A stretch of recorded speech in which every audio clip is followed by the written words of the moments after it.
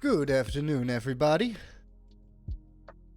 I have no idea what's going on with my primary display, but it seems to be off to the side for some reason. Ah, it's the reference code I have for the... It's the wrong monitor! It's not my primary display.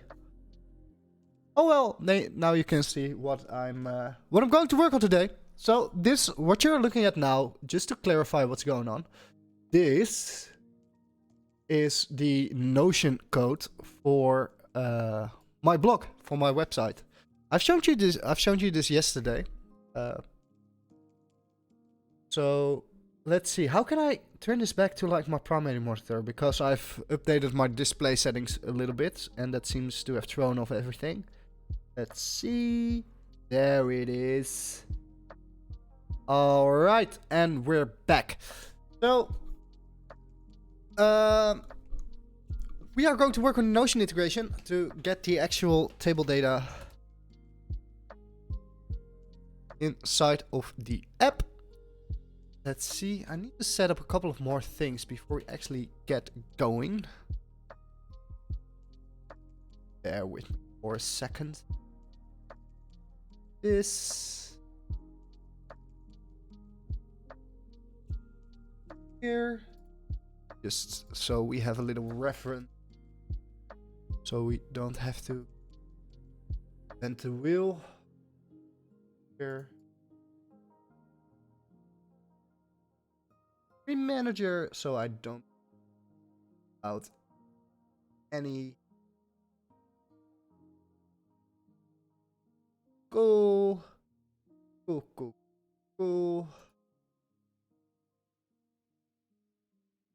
Right, that's right.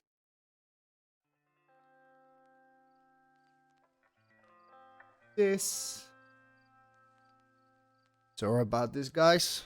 Should have come better prepared, but then again, for some reason everyone decided today to check in with me. How are you doing today? Well, still doing rather shitty. Oh well.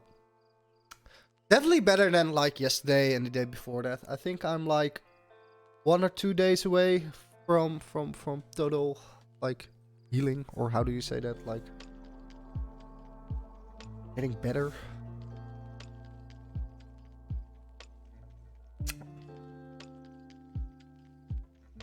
Also, I want to replay like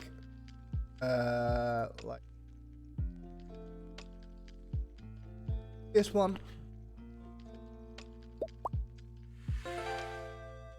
Thank you, Hojon, for following.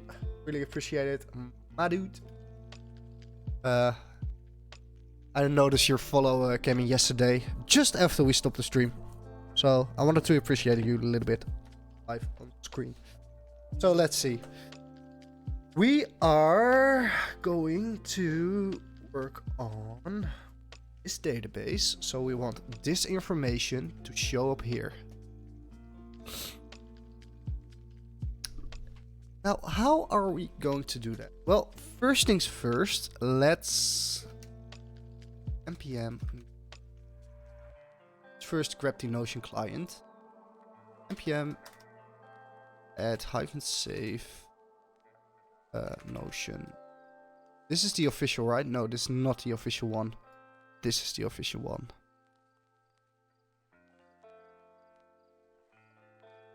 Let me grab this one.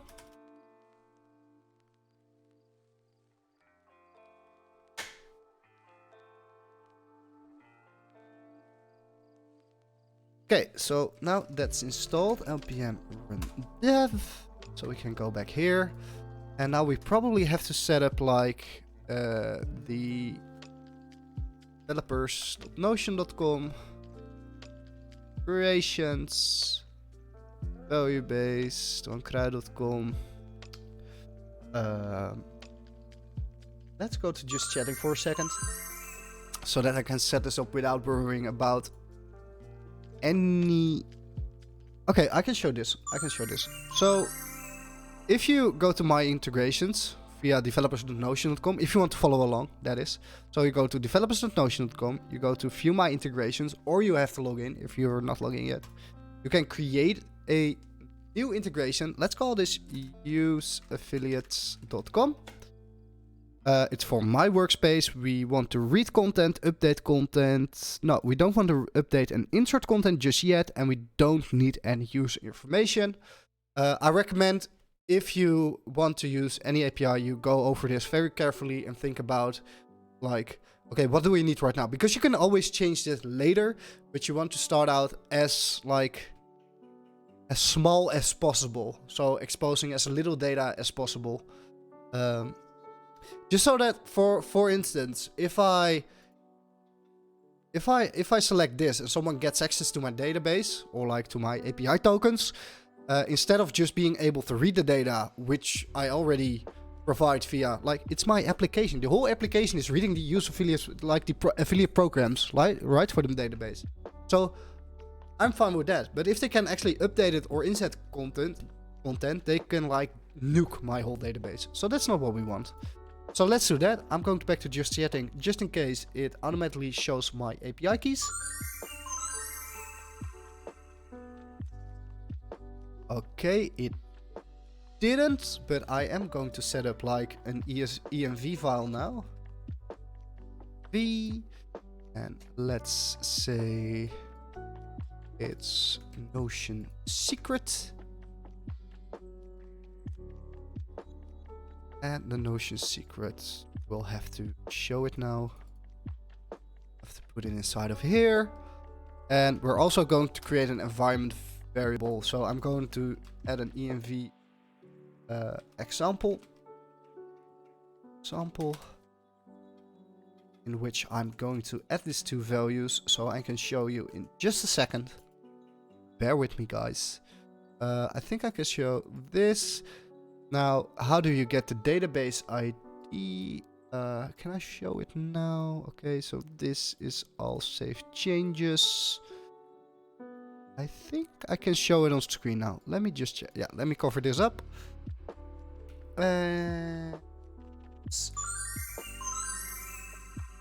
Always tricky when working with environment variables live on stream.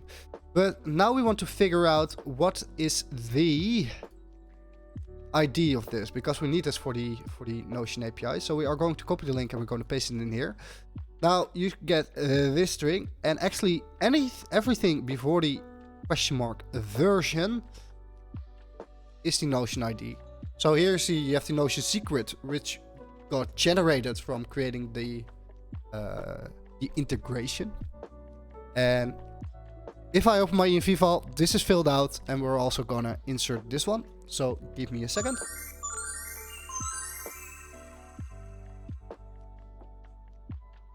Okay. Now that's all filled out.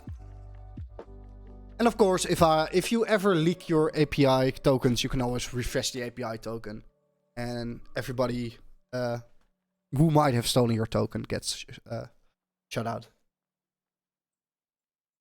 So we are not done yet, if you want to hook up Notion, because if I now try to query this database, it still doesn't allow it, because you have to share the database with like your integration. And if you go to share, you see like I can select my LSR integration, my value. I absolutely have no clue what the LSR integration is anyway. But oh well, I think it was like one of my test projects. Value base is, of course, value base, which we built on stream before. Twankra is like the database of my blog, and now we are going to share this with use affiliates. So now I should be able to query this database. So let's get to the fun part and actually like build the bridge between Notion and my app. So yeah, I'm like need to have something in my hand to fiddle around with. Woo! And there, fuck. Just a second. Over.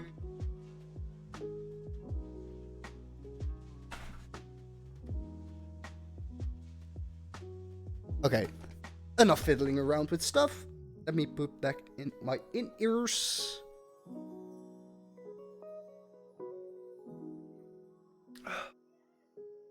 Again, in this stream we're also vibing. I will try to be a little bit more professional next week, guys. But then again, I'm sick and I'm streaming, so allow me to have a little fun. Alright?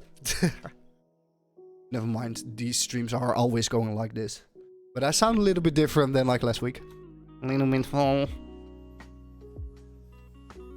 Squidward. Okay, so let's have a little look, shall we? Let's go to the code. So we have components, hooks, pages. Let's also create a lib library folder. Let's create a notion.js.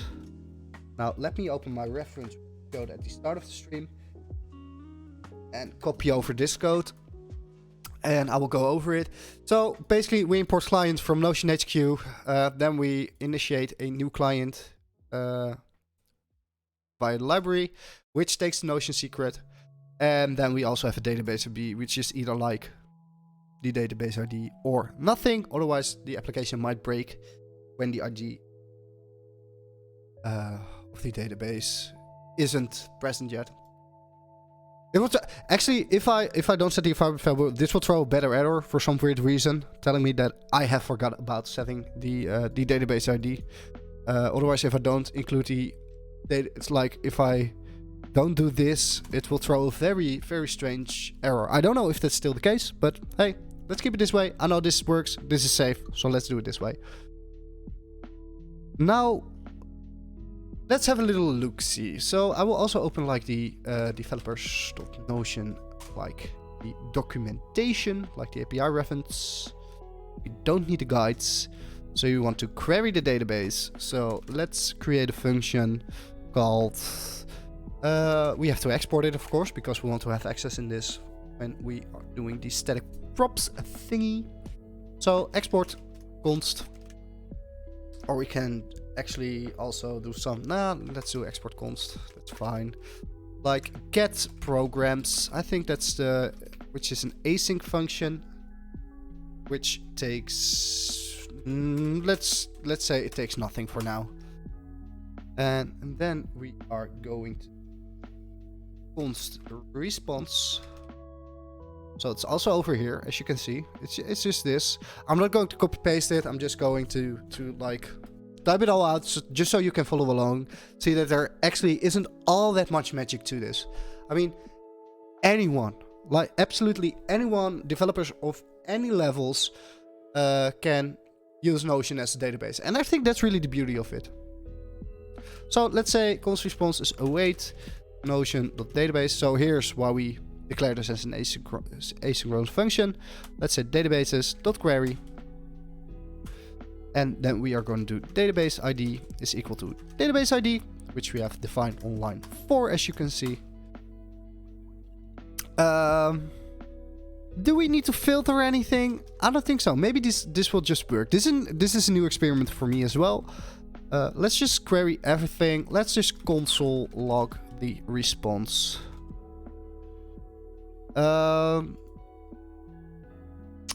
Okay, how do we want to do this? Do we want to create an API page for this?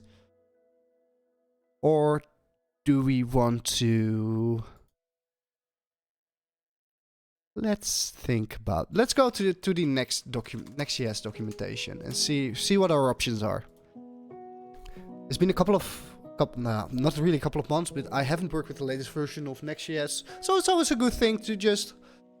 Like, okay, go to data fetching. Like, you have get static paths, which we don't need. We actually are going to use this because get static paths is like, if you have a database of blog posts, you can use get static paths to generate all these static pages for your blog post based on like the slug or the title, or I would recommend slug or the ID maybe.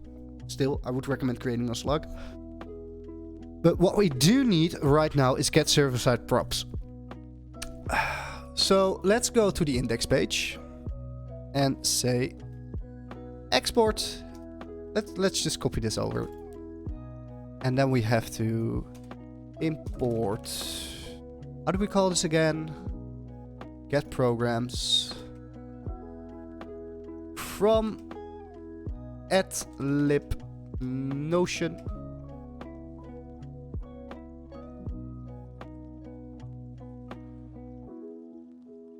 And then we can say like const data is get. Oh wait, get programs. And instead of returning anything, let's just console log it so it appears like in our little console over here. Now let's see if this works, shall we? So if I refresh this page, either one of two things will happen. Either it will crash, or we will see some data, or I forgot to, like, I have to include the filter and all that kind of stuff, because I've never tried to fetch query a Notion database via that function without the filter and everything included. So let's see. Let's refresh it. Okay, so we don't have any data at the moment, which is strange.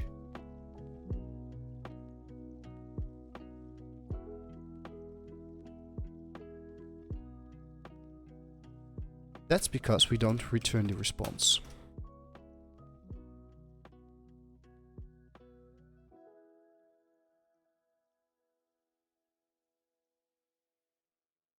All right, just a minute. There's someone at my front door. I will be back in, I don't know. It's my mother. She's dropping something off, and I don't want to send her along the way, like in a millisecond.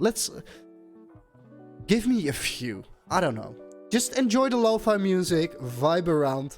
We'll continue with this in just a couple of moments.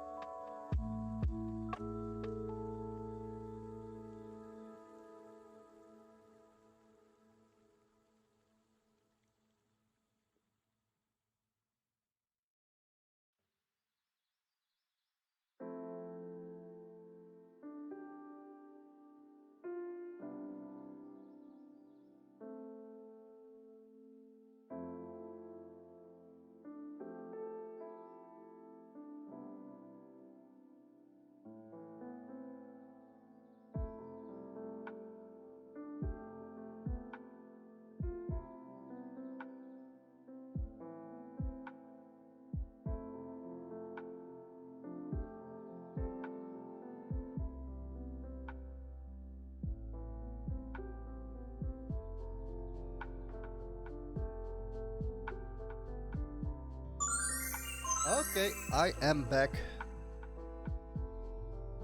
My mother dropped off some food and I'm grateful. And I don't have to leave the house. The sun is really annoying the last couple of days.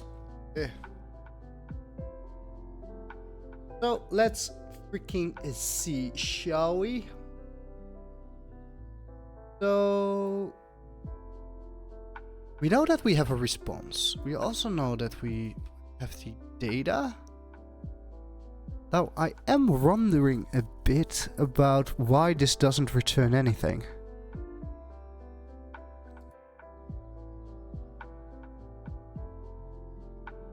Am I forgetting about something? It only runs a server side and never runs on the browser. That's fine. When you request this page directly... Oh, maybe because we didn't load it, that we didn't load the environment variables. That might be the problem. Nope, that isn't it. I am coding in the right project, right? Yeah, I am. So what appears to be the problem? Okay, let's just do data then. Let's return data. And let's get data here. Let's see if we get anything back on the client for data. Undefined. Okay, that's not a problem. Okay, we might have to actually introduce like the filters and sorts, because that's the most obvious thing. Like, is filters required? I don't know. Like, let's say or. And okay, we definitely can introduce like one check. So I added this column called published, so that even though I'm adding like you can see like here I have Microsoft, which is kind of empty. That I know Microsoft has an affiliate program, I just haven't been able to locate it, so it's unpublished. Nike, I have to check probably a couple of things. Same for Music Friends, which was at the moment that I was checking it, there was a giant bug with it. Always, whatever Music Friend URL I visited, I always got to the same pedal case. So, you know what? Let's add a check for published. Shall we? So, that is a checkbox. So, let's check the filter object. Compound filter object types. Your filter, like here, checkbox equals false. So we need this. Let's grab this thing. And okay, or return pages when any of the fields are a match, when all fields. Okay, that's we want any. Don't want like any exceptions, like true, and the property is like published without a capital, so published. Get programs async return response. Let's also console log like returning, so that we might see something happening. Undefined.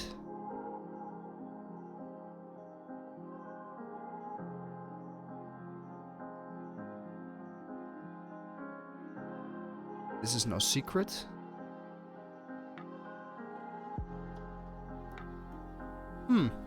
This is actually quite interesting. Let's look at another project, because that's the great thing about it. I can just check another project for this, just to see if I'm forgetting anything that I like forgot about Next.js specific things, you know.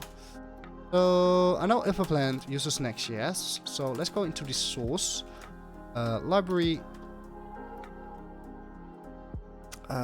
Let's vim into Notion. Okay, so we definitely have like a Notion client, resolve summary. Okay, this is not something. Okay, here we return everything as an object.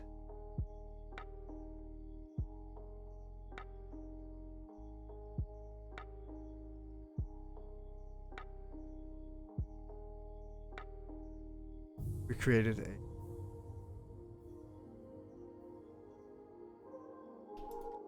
So let's do that. Let's say return data is equal to response. Now it's still undefined for some reason. Let me turn down the music just a little bit because I'm still a little confused by why this all doesn't work. So we have this, we go to this, which is source file. Then we go into lib, then we go into Notion where we get the get programs. But then again, I should have seen like a console running somewhere.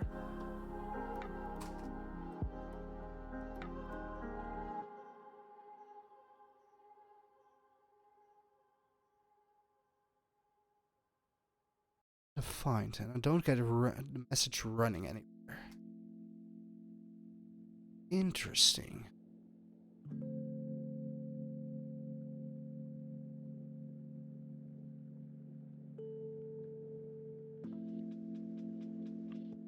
What if I return data as like a string, like test?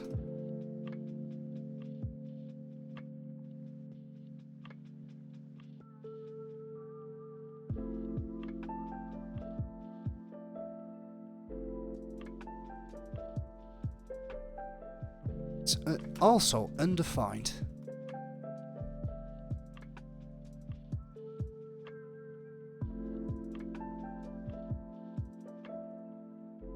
Huh.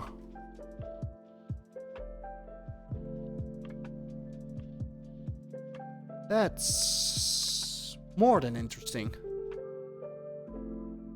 What am I doing wrong? That's the question. Okay, so let's get server-side props. It's... you know what? That's because I'm a fucking moron. Because the thing I hadn't noticed is that I'm editing like the listing component instead of a freaking page. Cool. Okay, don't worry about that. Let's back off a minute. Beep, beep, beep, beep. Let's go to index pages. Well, that's fucking embarrassing. Let's go to here. Oh well, it happens to the best of us, right? No one complained in chat, so... God damn it. Okay, then we can do data, then we can go here, then we can refresh, and now we are getting somewhere. Because now we're actually getting an error. I should have known as soon as I noticed that I wasn't getting back a console log from like the actual file. I should have been like, wait a minute. Can't resolve lib. No, okay, yeah, refresh the page. Cool, and now we have the data. So now we can go here. We can say, okay, let's give me the data. We also have to set up an API route for this in order to do like the loading and stuff. Who's that? Well, at least you found the problem. Yeah, of course. Well, you know, that's development for you right there. Like sometimes you're just sipping away at coffee, trying some things out until it hits you like, wait, this doesn't work and that doesn't make any sense. What I said, it happens to the best of us. Okay, so let's see if we can get the data inside of the client, right? Okay, now it's inside of the client. Hey, thanks for the follow, Musa. Really appreciate it. So, okay, we have this hash cursor, which we definitely need for the infinite loading later on. And we don't need any information on the page, but we do have like 60... I definitely want to basic nature this a little bit more, but I'm not sure if I want to do this inside of an API route or inside of this library file. I think I want to do it inside of the API route, which we definitely have to make. So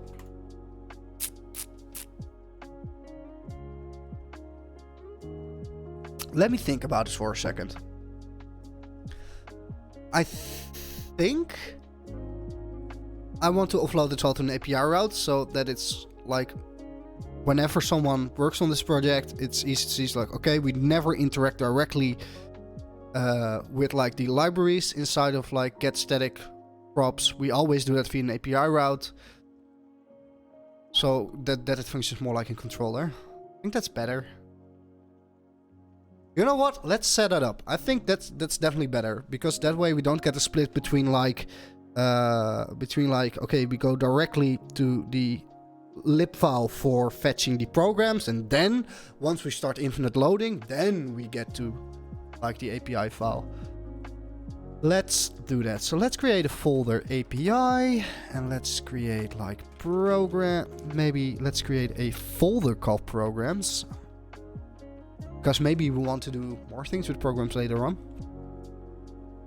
Programs, and let's say like index.js, and let's look at API routes. Okay, this is exactly what we need. We don't need to make it any more difficult than it has to be. So check a reference here. Posts. Okay, so let's remove it from here. Let's here, and then let's see. Const programs.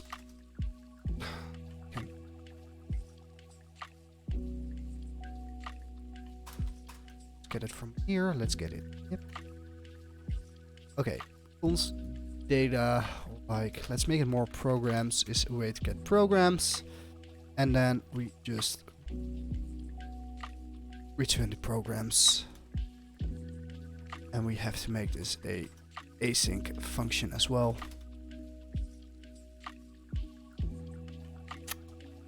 And I'm going to leave the request here because I know that we have to provide a cursor later on.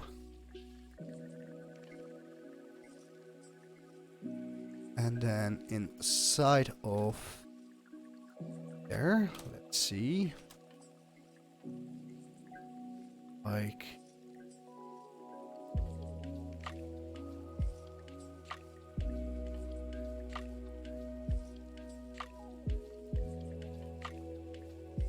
check this.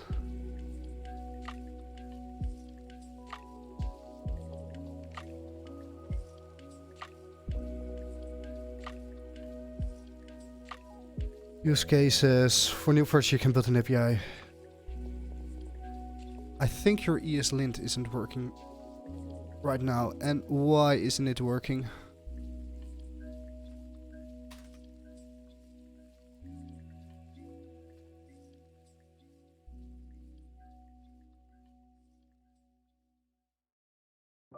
I haven't set it up like extensively.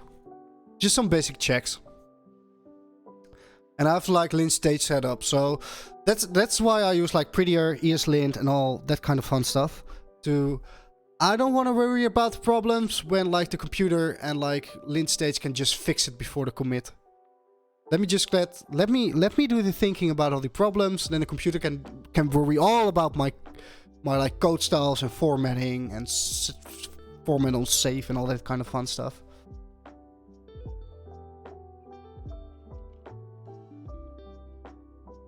So let's see, do I want to...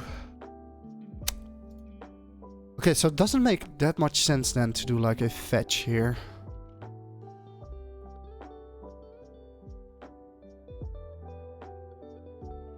Maybe we do want to include it onto... I think it's definitely better to do it that way, because let's think about it. If we now want to fetch it, we have to fetch it via like fetch and do it via the API route. Is there any documentation on this? APIs can be used with next export. Let's see what the internet like. Fetch API route inside get server-side props.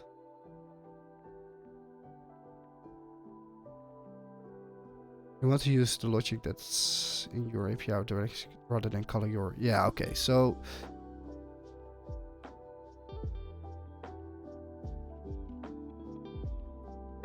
basically what to say is use that function that I was just about to like nuke entirely. Like, okay, just do it the way we did it just now. Okay, that's fine. I mean, I don't have any problems with that. Then we just have the API route for like the infinite loading. That's fine. Now let's clean this data up a bit. So we have filters. And I definitely want to basic-nate this mofo. So let's say a page size. Page size is like, how many? Like 12, I think I've mentioned that before. That 12 is like the sweet spot. Now we get back like 12 results. And also, instead of, let's say data is like response.results. Has more. It's like response.has more. And we also provide a cursor. Let's call this next cursor is response of next cursor.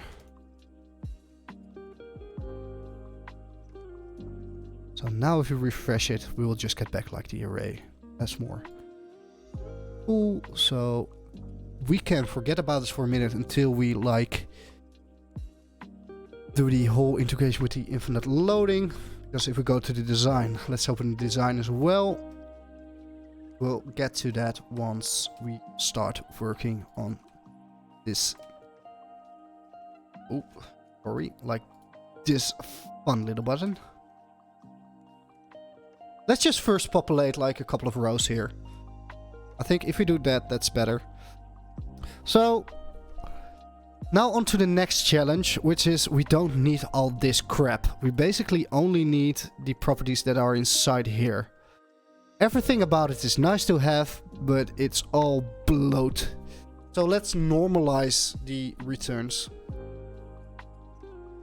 So let's see, we can get rid of this like data thingy here. For now, oh no, let's keep it. So we have, let's just do data.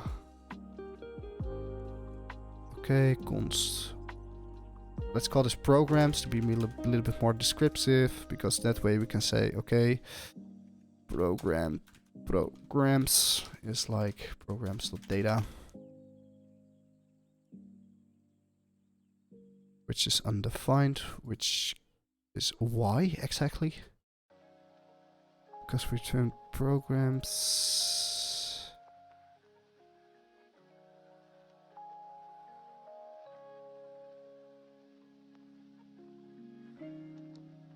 I know, because this needs to be programs.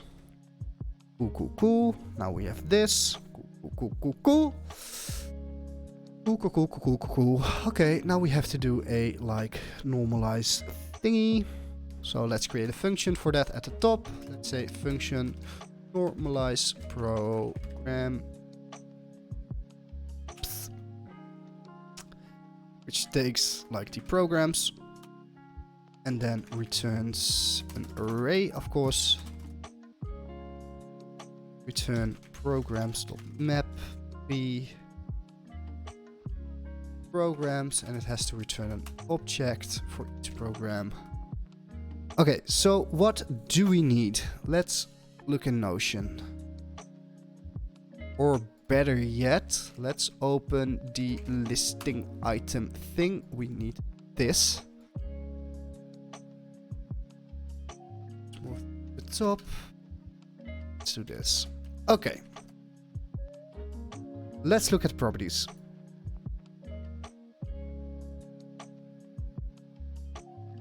Double check payout is not something we need, because that's very specific to like managing the database.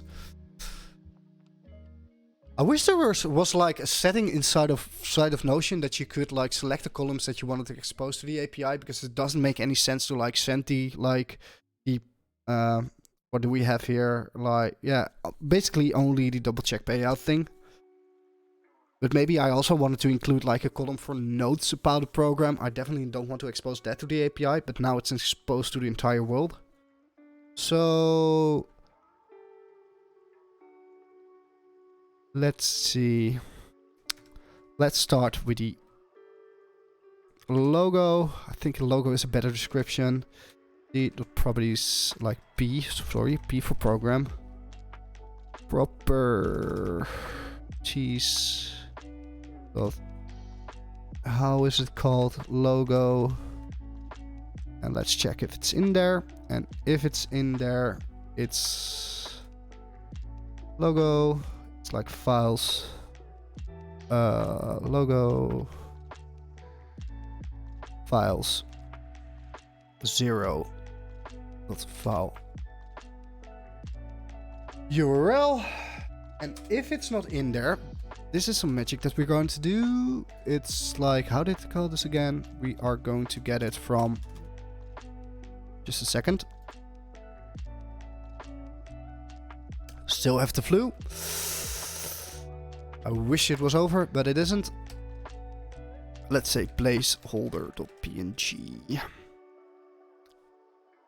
Cool. Now let's already do this like here.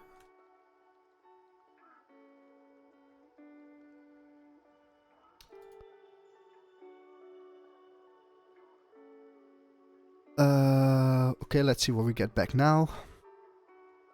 Logo is placeholder.png. Nice, way better.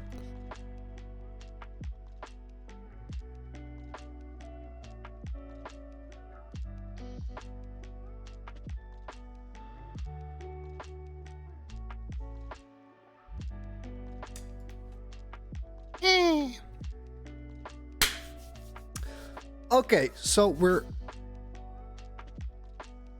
off to the races. Let's see, we need a title, which is p.properties. How do we call it again? Oh my god, I need to grab myself a glass of water, guys.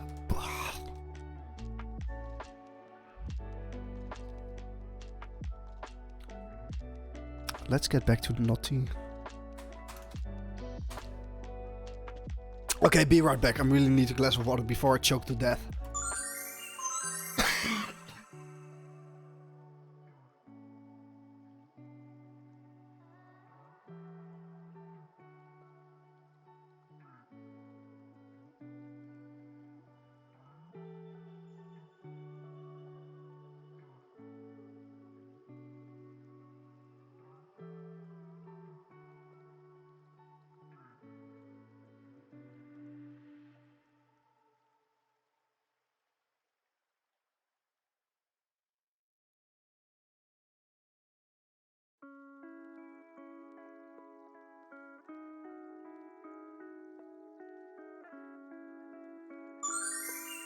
Okay, how do I look? Still alive?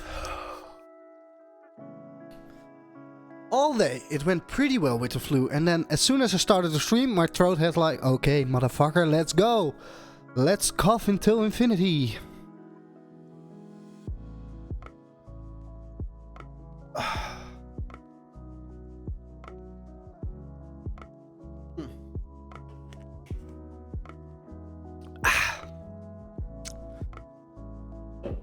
Oh well, we'll survive. Let's see. Let's get rid of this one just for a second. Because we want to have information. Let's just do this all in one go and then see if we made any errors and then circle back. So, properties. Title. So, we have a name.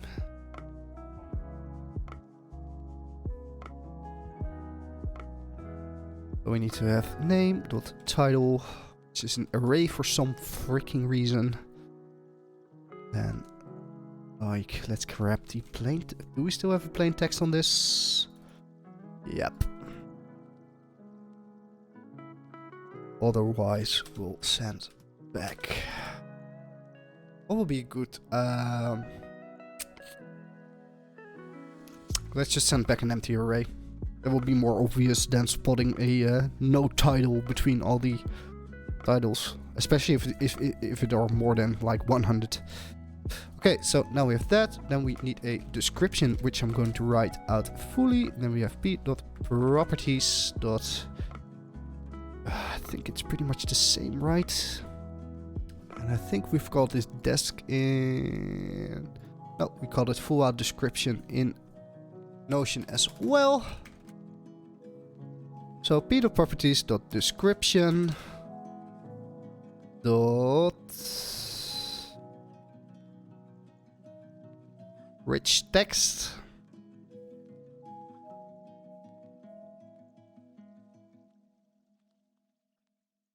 Okay, this is quite interesting. Is this something we have in more of these? Because then I'm pretty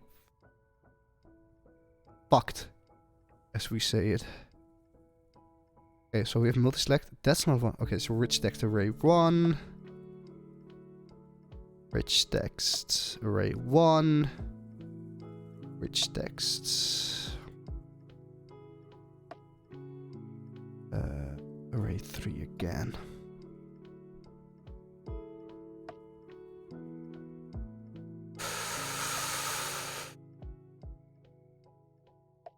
That sucks.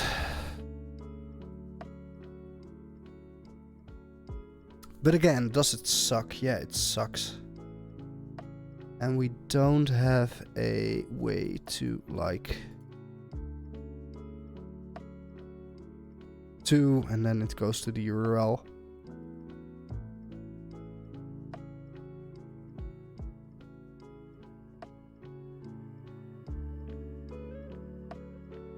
Can I like do some magic where I change this into like not rich text? Plain text? Of course not. Okay, so let me think about this. How are we going to solve this? We can do two things. We can like concatenate everything, but then again, I think we then end up without any spaces. Let's just grab the first part of everything, and then once I get to like uploading all the logos for the programs, I'll also make sure that every single description column is plain text, doesn't include any links. Because that's not what I want anyway. I don't want people to go in there being like, ooh, link, click on that. No, they have to go to like this link to go to the program. I don't see any reason why this can be just plain text. So let's do that, and let's do plain text, and otherwise return empty string. Okay, so we have this, we have payment type. Okay, so let's go to properties. Okay, then one thing I'm noticing is that this has a space, which I don't want. Capital letter, let's just call this payment. Or with an underscore, that's fine. Payment type.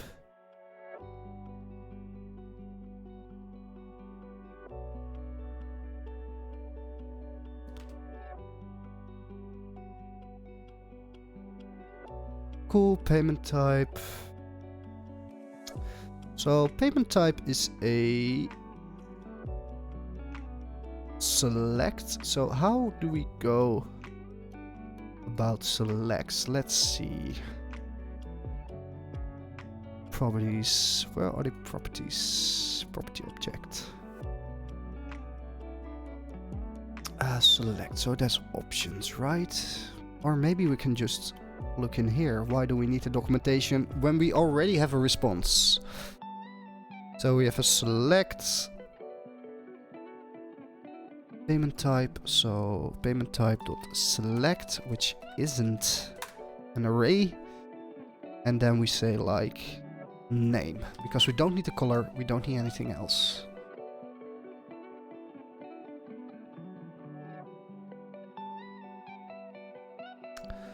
Okay, and then we have like as cookie, which is the same, which is also a select if I'm, yep, also a select, so as cookie, as cucurino.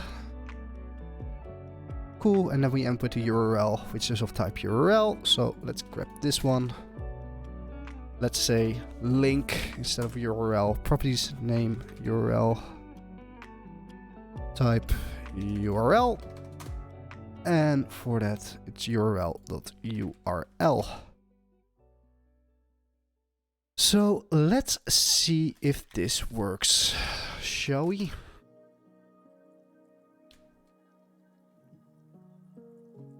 It worked. Cool. And now I'm noticing that link doesn't return anything. And why is that exactly? Because it's this, probably.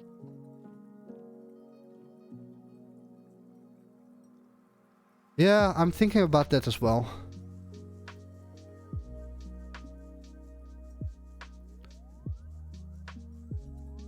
Yep, that was exactly the problem. Thanks for pointing that one out. Feels way better to have people in chat who can point out problems when I can't. Okay, so we can get rid of this one. So I think we now have enough to populate at least the first couple of listings to see how this goes. So let's do that. So let's update the component so that we can say listing. We call that, let's say that listing takes like a prop, which is items and programs. So we can get rid of this. Then we can go like into here. Then we go into listings. Let's say grab this items. I should probably now I worked with TypeScript for the last project and now I'm missing it because I want to declare my props, you know? But oh well, it also saves me a lot of headaches. It's such a small code base, I don't need it at the moment. I could use prop types, but I don't want to use prop types. Let me think about it. I have the whole weekend to think about it. Because tomorrow, sadly, there won't be a stream.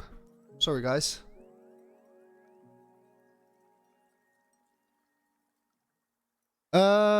I don't think awaits for mapping arrays are necessary. This one? You can check it.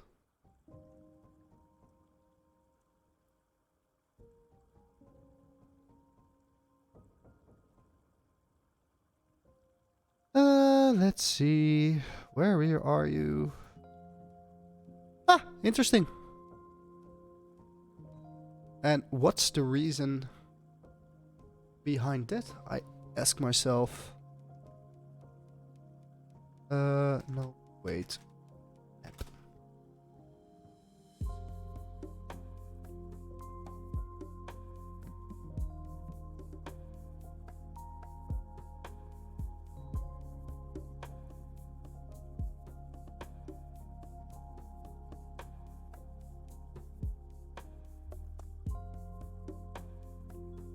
Oh, yeah, because it's synchronous.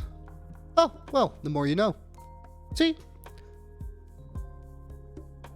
Learning and growing in public as intended. Thanks for pointing that one out. Now I'm a smarter man because of you.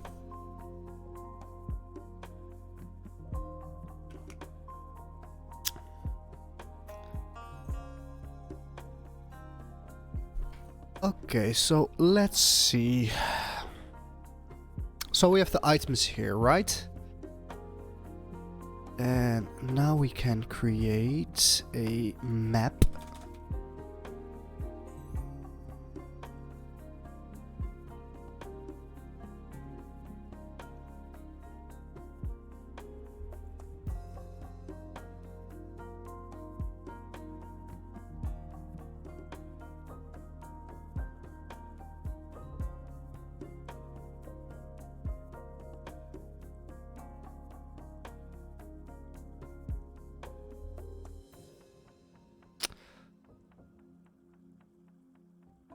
Come on.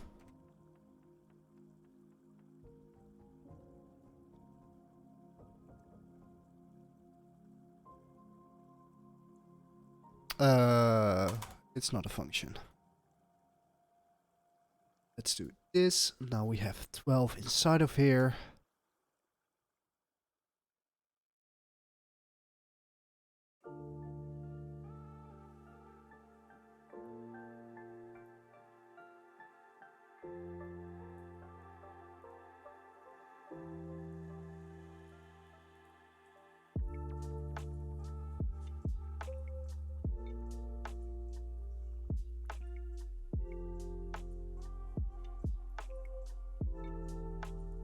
Whoa.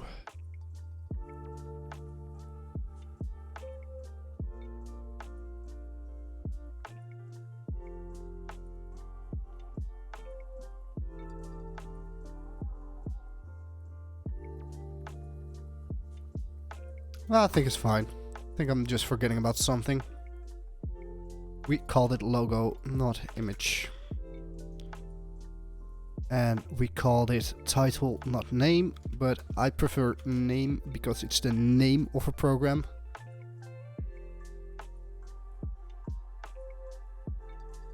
Okay, cool.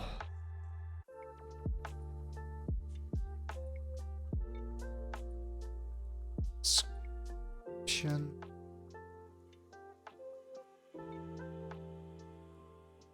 Payment type. As cookie, or I want to rename this as well because has cookie is not cookie period. That's better.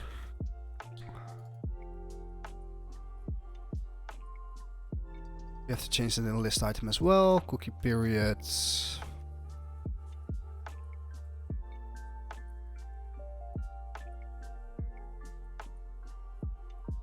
And then this is a link.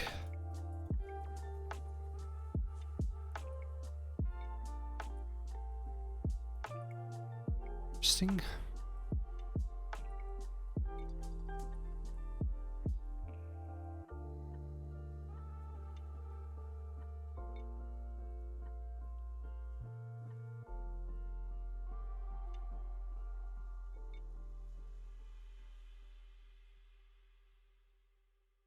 Undefined.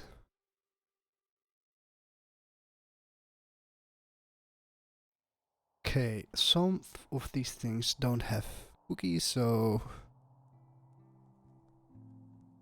let's fix that.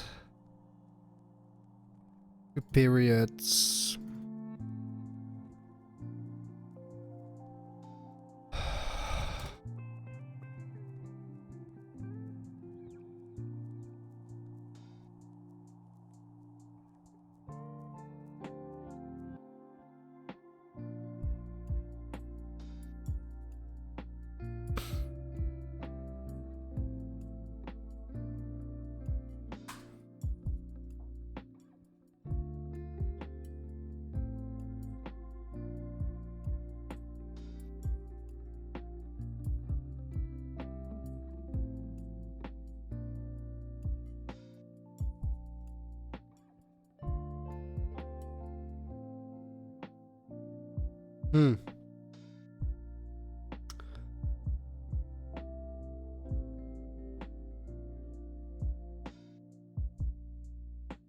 Okay, so I have some, like... What do I do when I don't know the...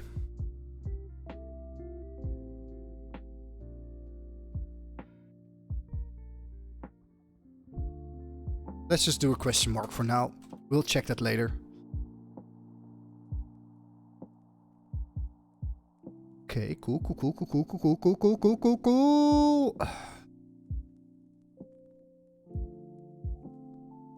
Aha! Now this comes to light, which is fine.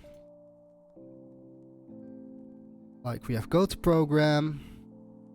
Let's go to the listing item and let's say this needs to be target blank because we don't want to move people away from use affiliates. We only want to like, and then we have rel, we have like no. That is like right. We have to do this, otherwise Lighthouse is going to be mad at us.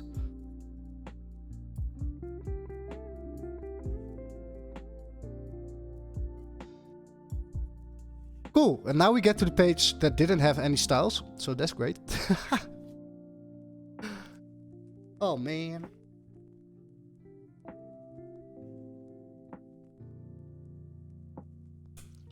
Now, there's definitely a lot of work to do. Like, we have the no cookie, which we have to take care of. We have to do the icons for the payment type, which probably has to be a component. Then let's turn has cookie into a component as well. I'm actually pretty happy with the descriptions and how every row is looking at the moment. I don't see any description that makes me go like, oh my god, I need to do a redesign. Of course we have to update the images, but that's just something I need to do off stream and that I didn't find a motivation for yet. Again, I might pay someone like, I don't know, $100 to just go through my database. Update that. We have to do the filters.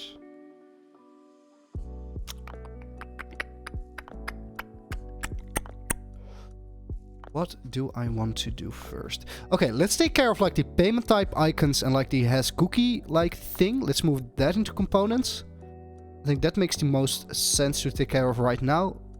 Because once we're done with that, we don't need to touch it again.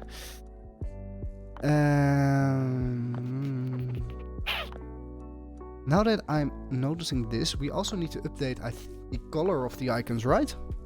Because those don't match. Like this is a 313131 compared to like 5. Okay, so this is a bit of a different shade of gray than this one. So how am I going to take care of that? Let's have a little look-see. So let's first do like a const cookie period. It's like the period and returns.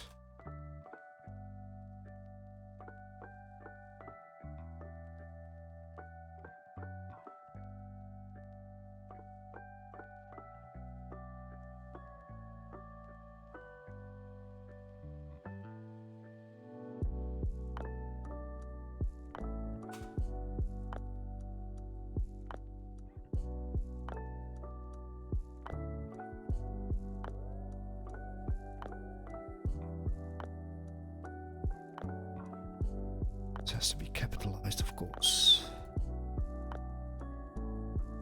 Cool, so now we can do shit with this. Now let's also do the same for like the payment type.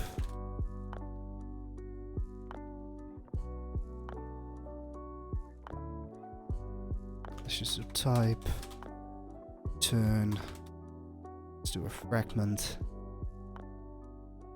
Let's take the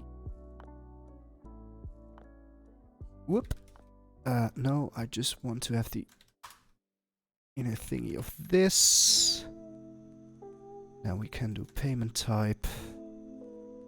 It's gonna be type.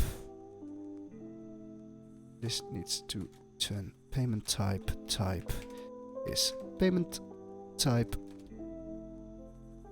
Cool, cool, cool, cool.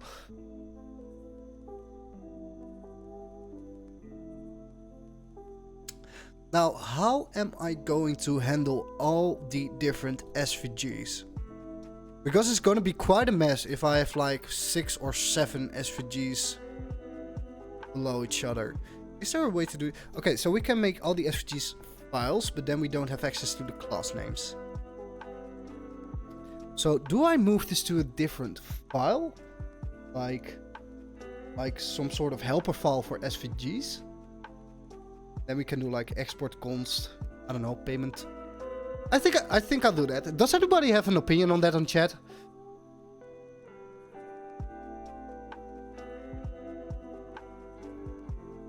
Like my idea now is to make a just like a helper file or a library file, like that's called.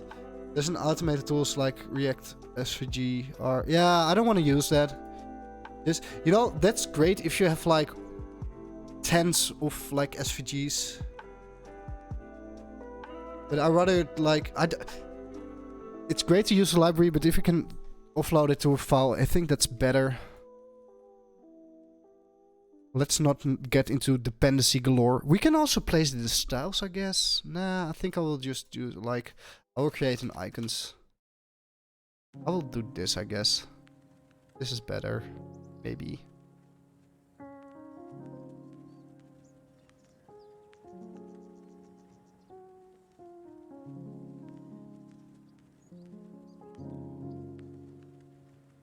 So this is the recurring icon.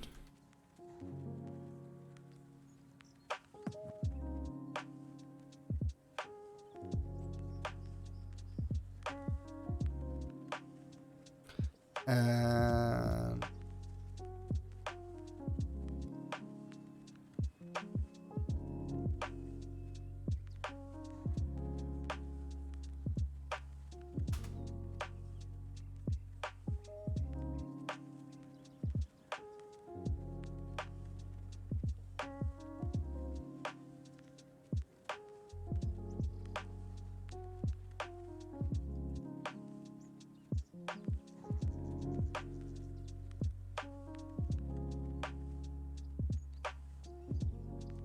Yeah, this looks fine. I think this is fine. We can make one big giant switch out of this and make like a factory, but I don't care. Sometimes you don't have to overcomplicate things until it becomes an actual problem. So we have the recurrent icon. Now we have the check mark. Like that's called a check mark, right? Dutch. So let's say check mark icon. So it gets class names.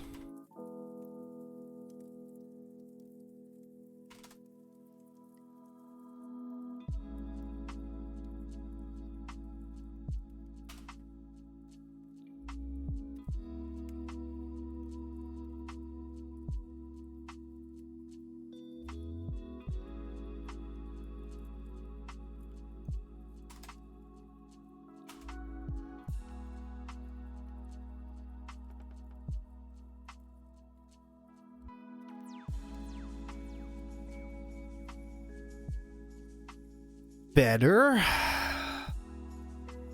Now let's also grab this one.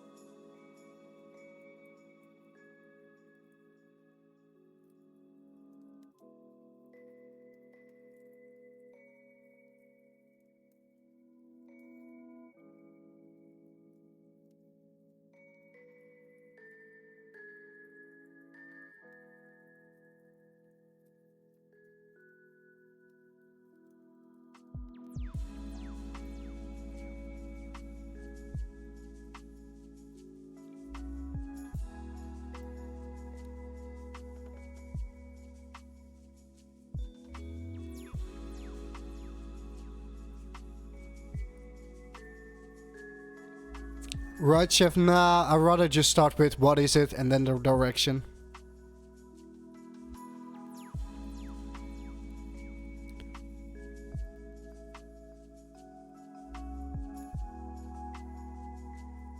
Otherwise you might mistake, yeah, left chevron, right chevron, up chevron, down chevron.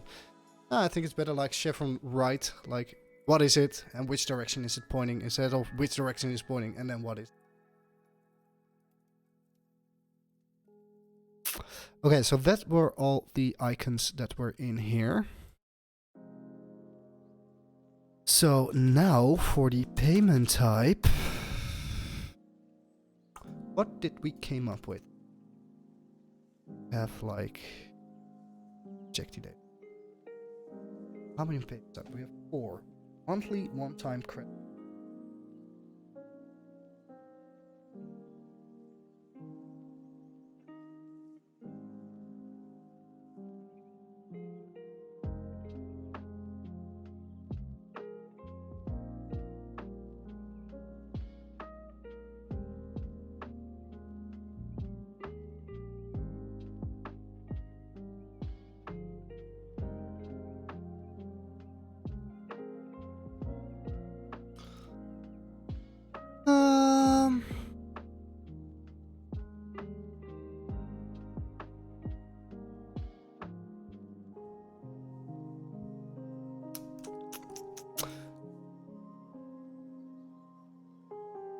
Probably have to create a const file for this.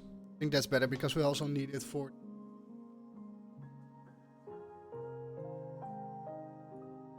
the filter later on, but then again, might as well refactor it then.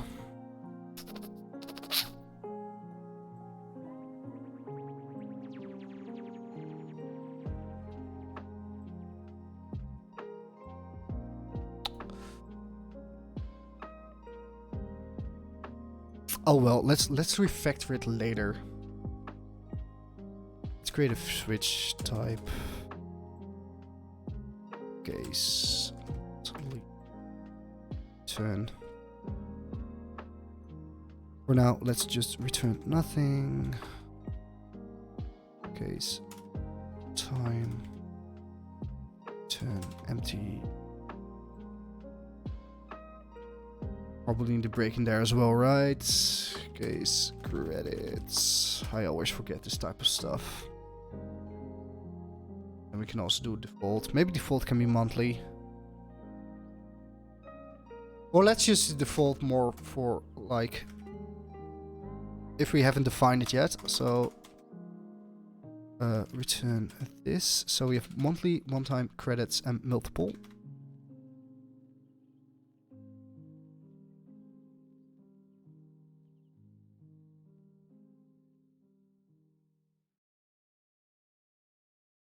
Okay, this is really embarrassing, but let me search quick, like for Switch. Yes. Case, yeah. Can also do it.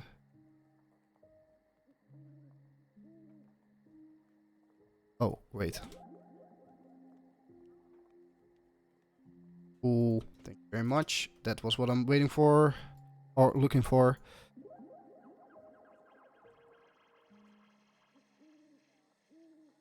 Ah, what am I doing?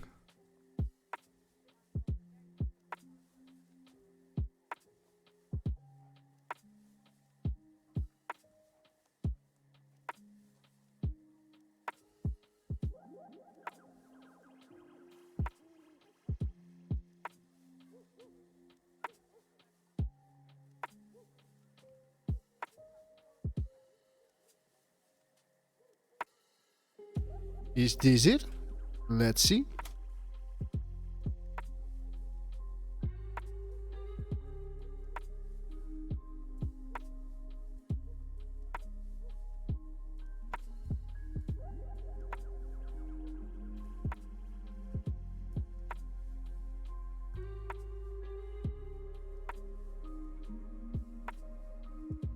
Hey, nice, thanks.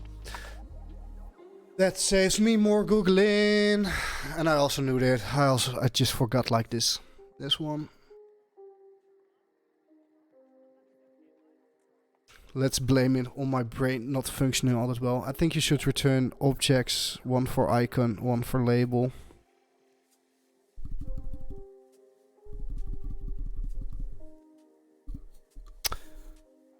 That makes sense.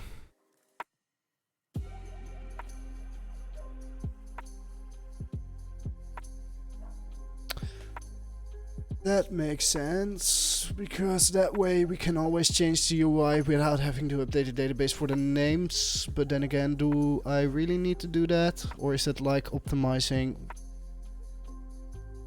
Because I hardly know the type, right?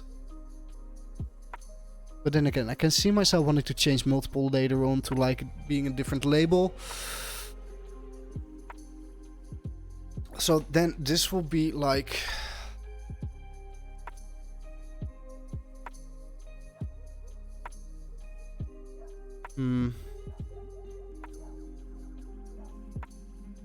So what you are saying is that we do this. Let's just go with the flow.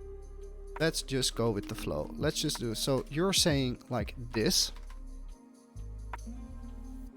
And then we say like label and we say monthly. Let's capitalize it just for funsies.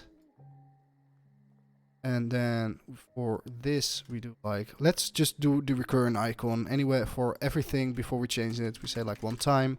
Again, let's capitalize it. And then here we say credits. Here we say multiple.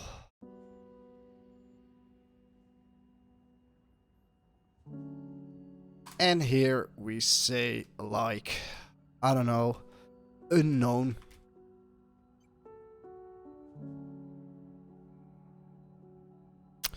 Of course, because now it doesn't work. Okay, so then like we do get icon dot icon.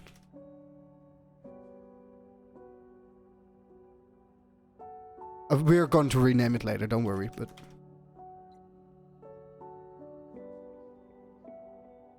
makes sense, makes sense, makes sense.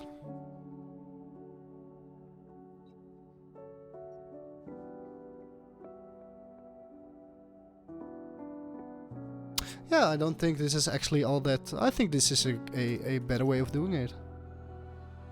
I agree. Thanks for the suggestion. So, how should we call this? Like, render type, right? You don't really. Let's just call this type, and we can do like type dot icon type dot label.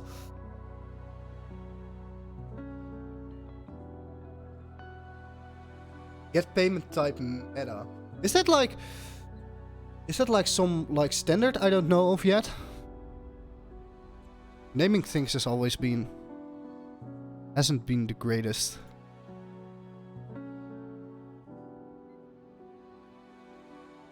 Yeah, how do you say that? Has strong suit. Hasn't been my strong suit. I think that's the way you pronounce it.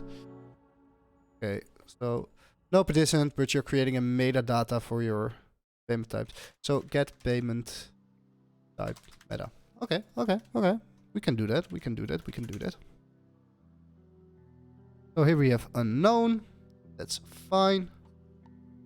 So if it's unknown, we can. Can we get away with doing this? We can get away with doing that, but that doesn't make any fucking sense.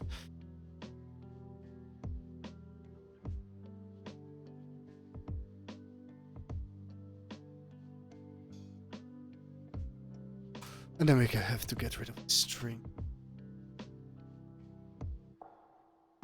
I really crave development right now, especially for like navigating via the keyboard on MacBook inside of VS Code. On my MacBook inside of VS Code feels so much faster. But okay, let's go to hero icons. Hero icons.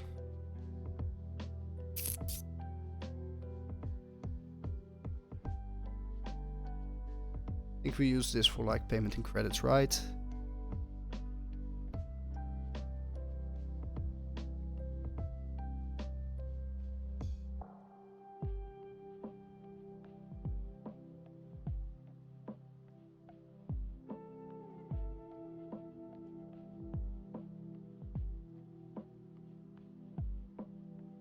And now like monthly more, because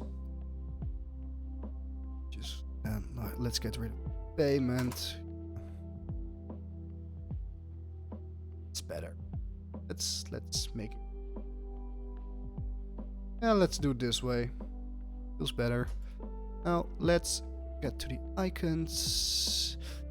And I wanted to find another icon for tokens.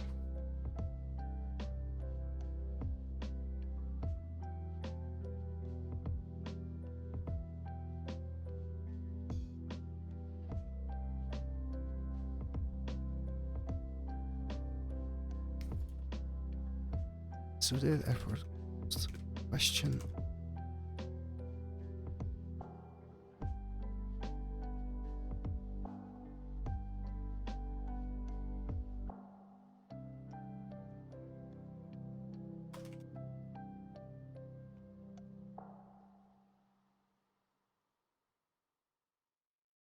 We can use this one for the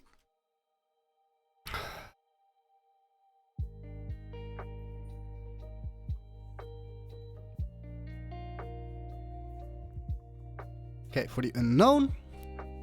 Seems about right. Okay, just a second. I will have to go for a quick toilet break because the consequence of drinking a lot of water is that you have to pee a lot. Woo! Be right back.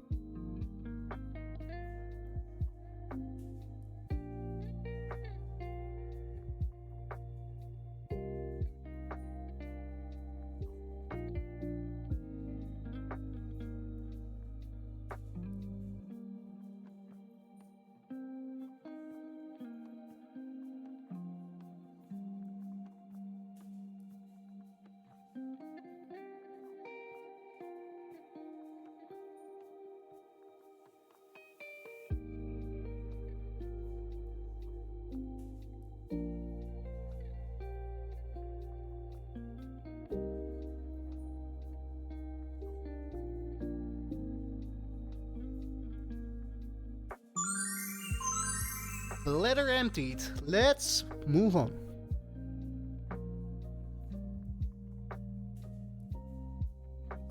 It's a great ID hiding like the view count.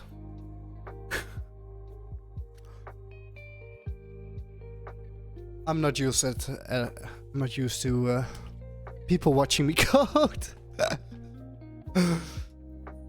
Oh well. And just as I say that, Satoshi, thanks for the follow. Yet another pair of eyes on my code. I mean, it only gets better, right? And I'm learning stuff. Like, the whole mantra of starting the stream was, okay, I'm not only building in public, but I'm also growing in public.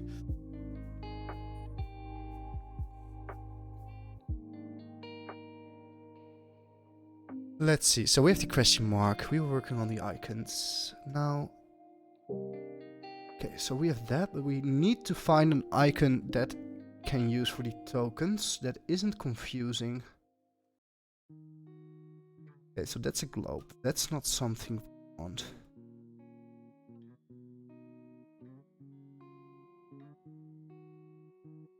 Okay, that I can use one of these, but then again, what do you guys think that's confusing if I use like a dollar icon for like the tokens? Yeah, I think it's confusing, right? But then again, it's like a circle with something inside of there.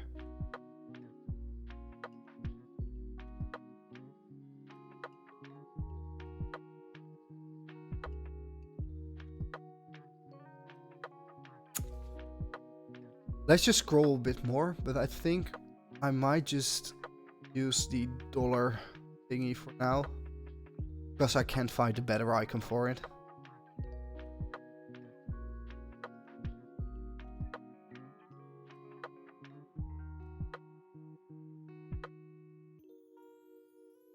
Let's see.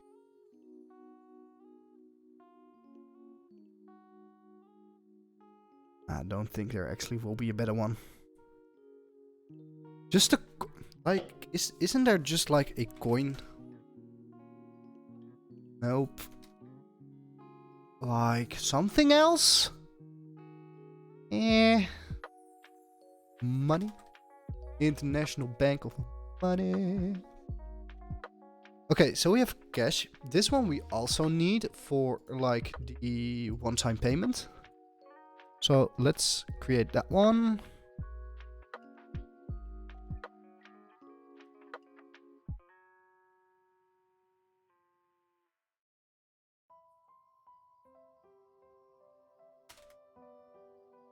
Ah, come on.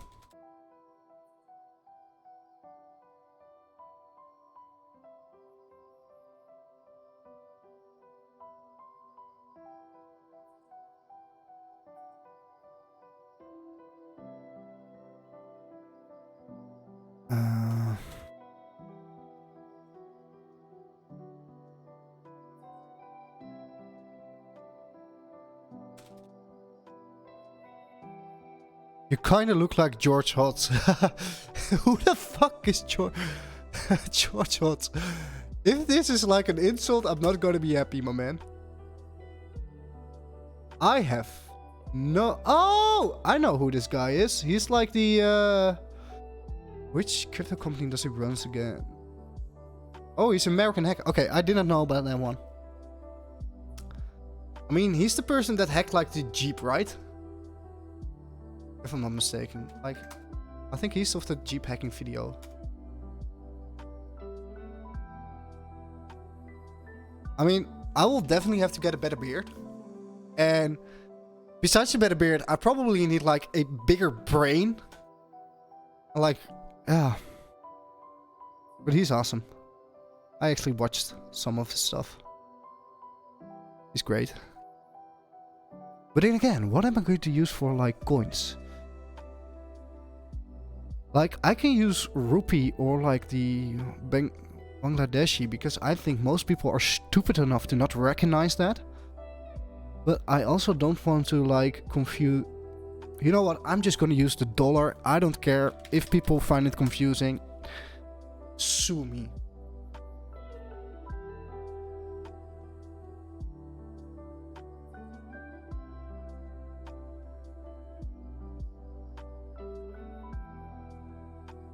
Yeah.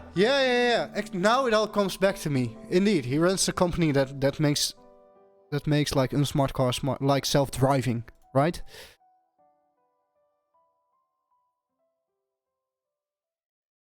And I think he already had a decent prototype of his as well. I don't know. I haven't checked on it like in a year. So we have payments. We have coin icon, which is dollar. Okay. So multiple. What am I going to do for multiple?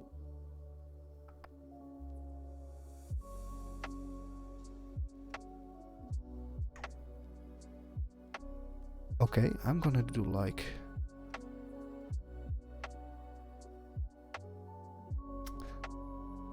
Let's just first do like coin monthly one time.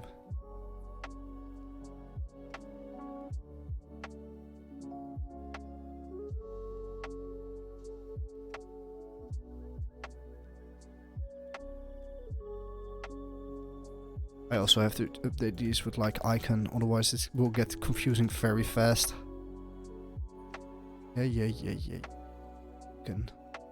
Icon, yeah, everything breaks. I know. Payment icon.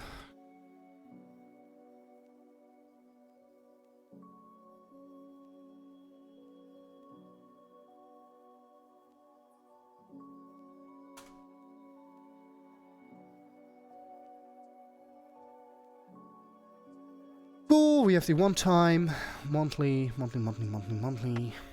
have unknown. Okay, so we don't have all the other payment types inside of here. So for the fuck of it, let's just...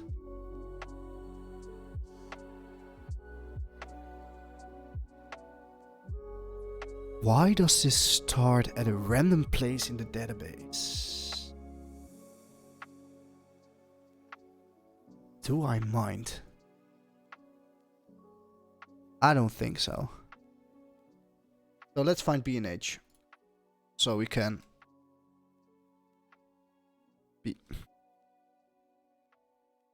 B&H. So we want to change this to credits.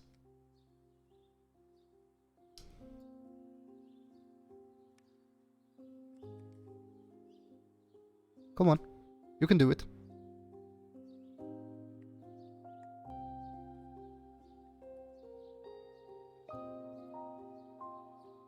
Oh my god, has this something to do with like the new database where I have to save everything?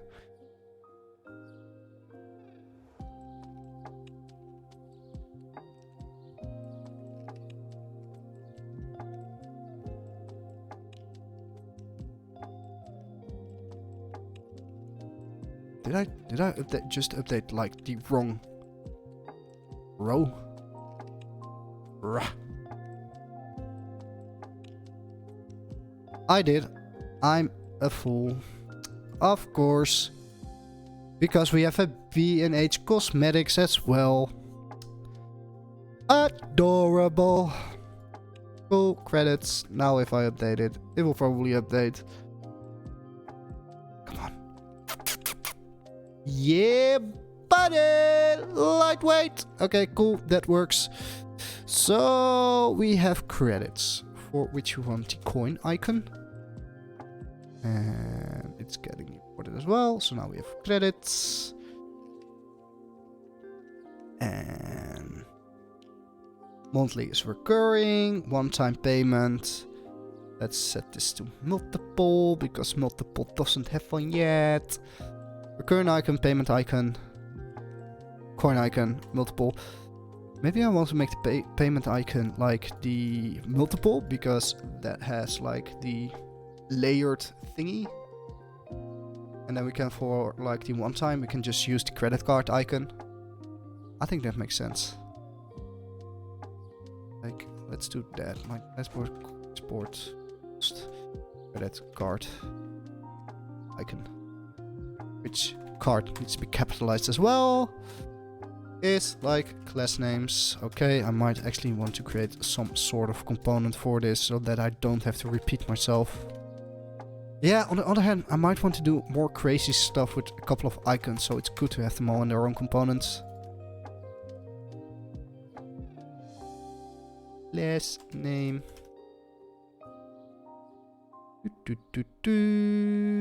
So this. And then payments. And now we Golderino, right? Right. And let's see. So we have B&H, so we have multiple, monthly, one time. Okay, I think everything works now. Now we just have to update the colors of the icons. Can I update that via fill? Let's see if we can, okay, yeah, that works. Oh, that's awesome. So, fill zinc.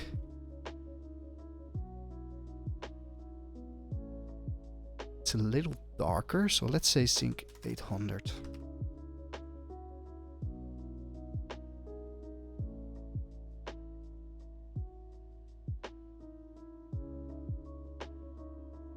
This spawn is zinc 800, so let's make it zinc 900.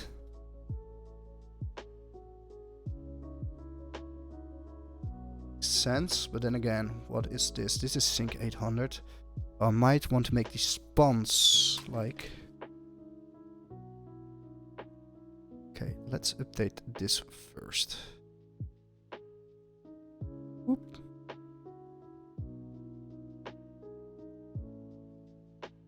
Okay, now let's do icon styles.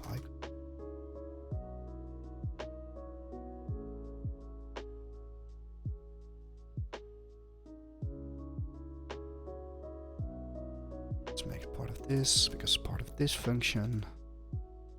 Pop, pop, pop. Better.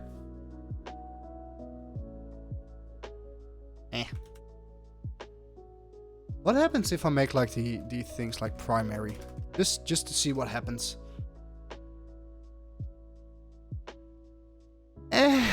Yeah, doesn't look great.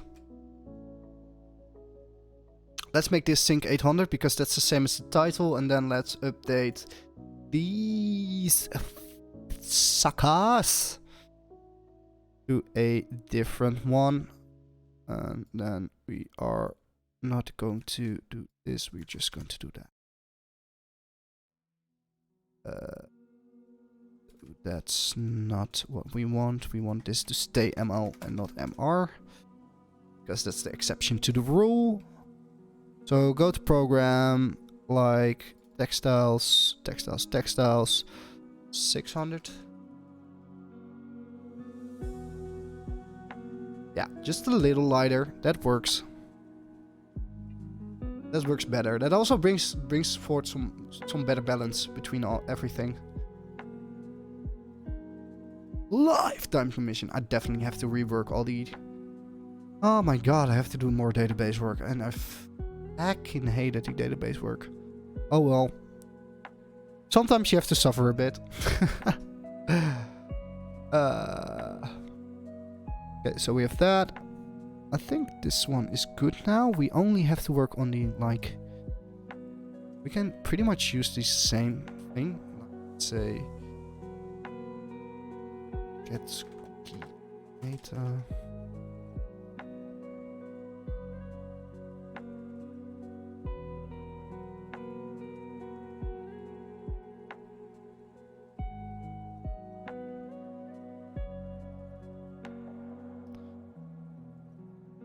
Then we can do a switch.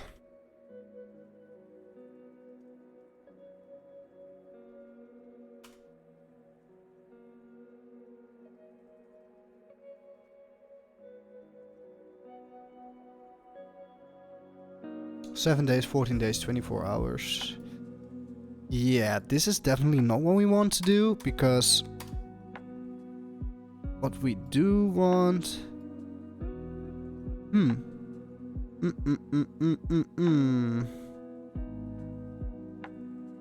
Okay, so we have this, right? This was monthly, so let's not screw around with this. There are a lot of affiliate programs who don't have any information about their cookie period, or just simply don't offer a cookie period with links. But we want to be able to like filter this, like sending and descending, but that's not going to work when we have it as a select. I think we are going to update this to a number. Yeah, we are going to update this to a number and then count it in days. So 24 hours is 1 day. 7 days, 14 days, 30 days, 19 days, 45 days, 10 days. That makes the most amount of sense. But I'm just going to add that to like the backlog for now.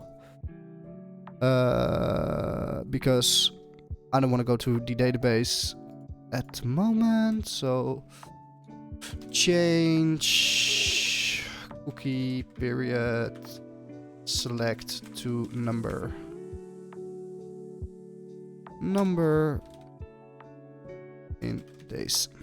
Cool. What we can do for now is like do something like if no period return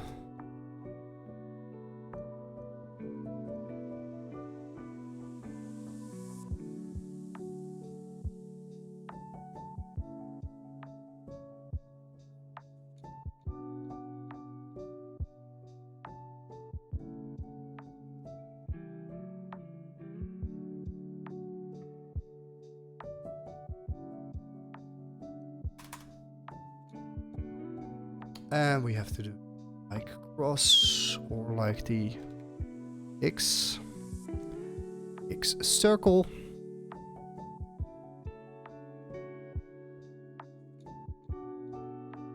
Or how do we call this? The X circle, we have the check mark and we have the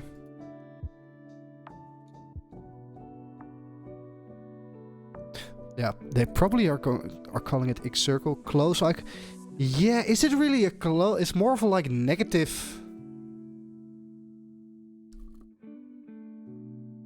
Or we might as well use it as a close icon, but we don't have any models at the moment. X icon, close icon.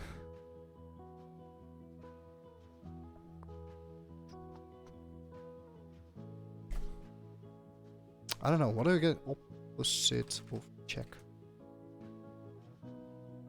X mark. Cross mark. Cross mark. I think that's quite a good name.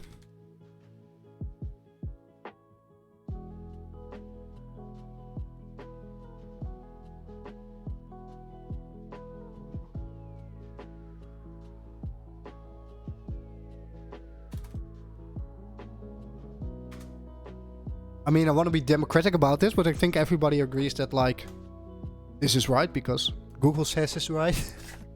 I think the cross mark makes the most sense because that way we can use it as a close icon, but we can also use it in the context of like negative. So let's do that.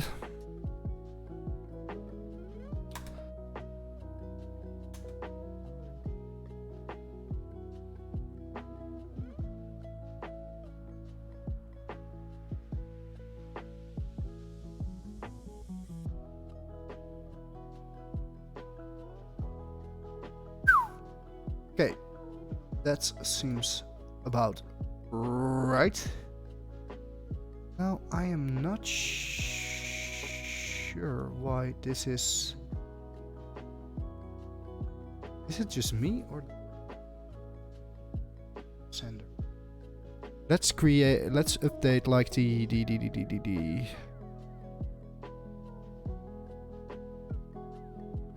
let's do this as well, because that way we don't have to repeat ourselves.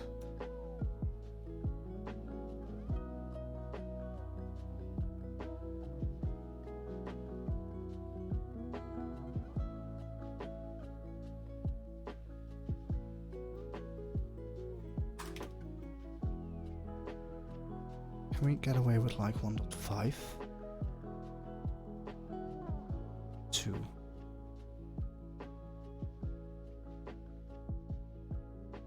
Ah, it's too much. Designing in the browser, yay! What do you guys think? 1 or 1.5? I think 2 is a little bit too much. Yeah, 2 is a little bit too much. So this is 1. This is 1.5. Again, 1.5. How does it look in the context of like a big page? Yeah, 1.5, right?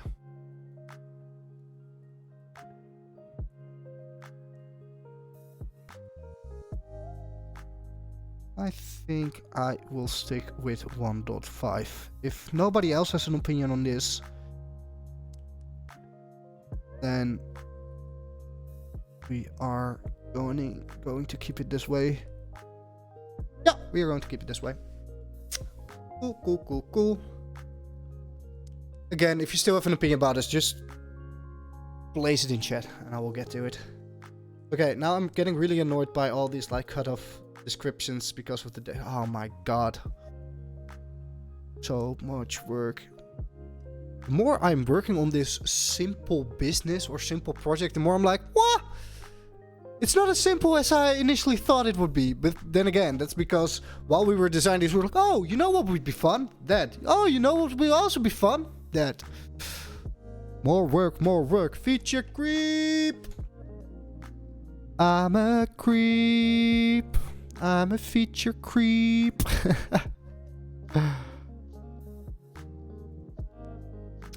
Okay, so now we have to go to program, which works. Title. Now the icons are all mocked at the moment.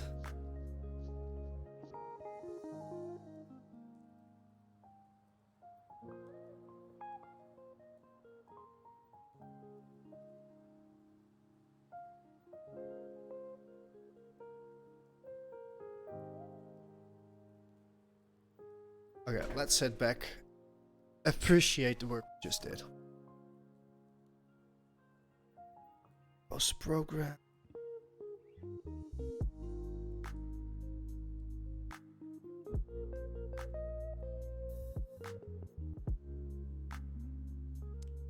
Yeah, it would be way better if we just had like the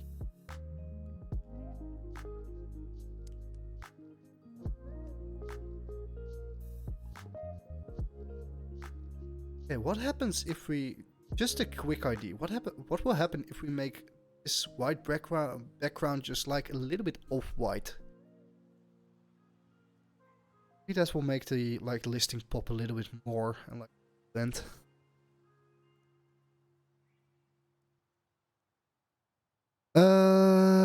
Which means I probably have to update the body, right? Yada yada yada. Background color.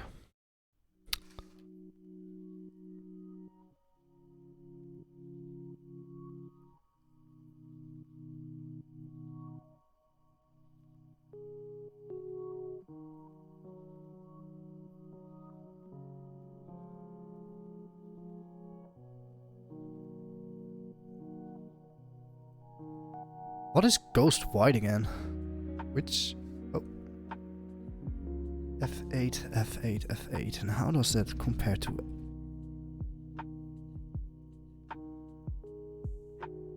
yeah, this definitely makes the table pop a little bit more compared to the other. It's like tiny, and I don't think people will notice on like 75% of the monitors everybody uses. But again, there are a lot of people with MacBooks. So you want to tailor it towards them as well. I think I'm gonna go with this one. Let's use if it gets right.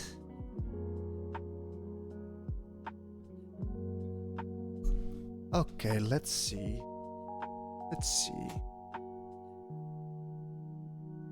Global. Globalino. Let's just do it in global. It's fine. Nobody's going to murder me over doing this inside of global.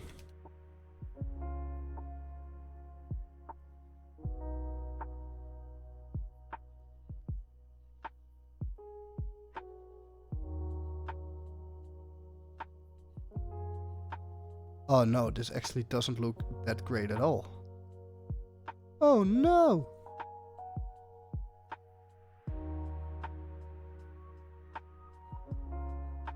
The life of a designer.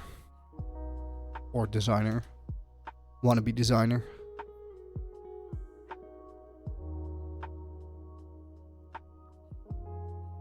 Okay.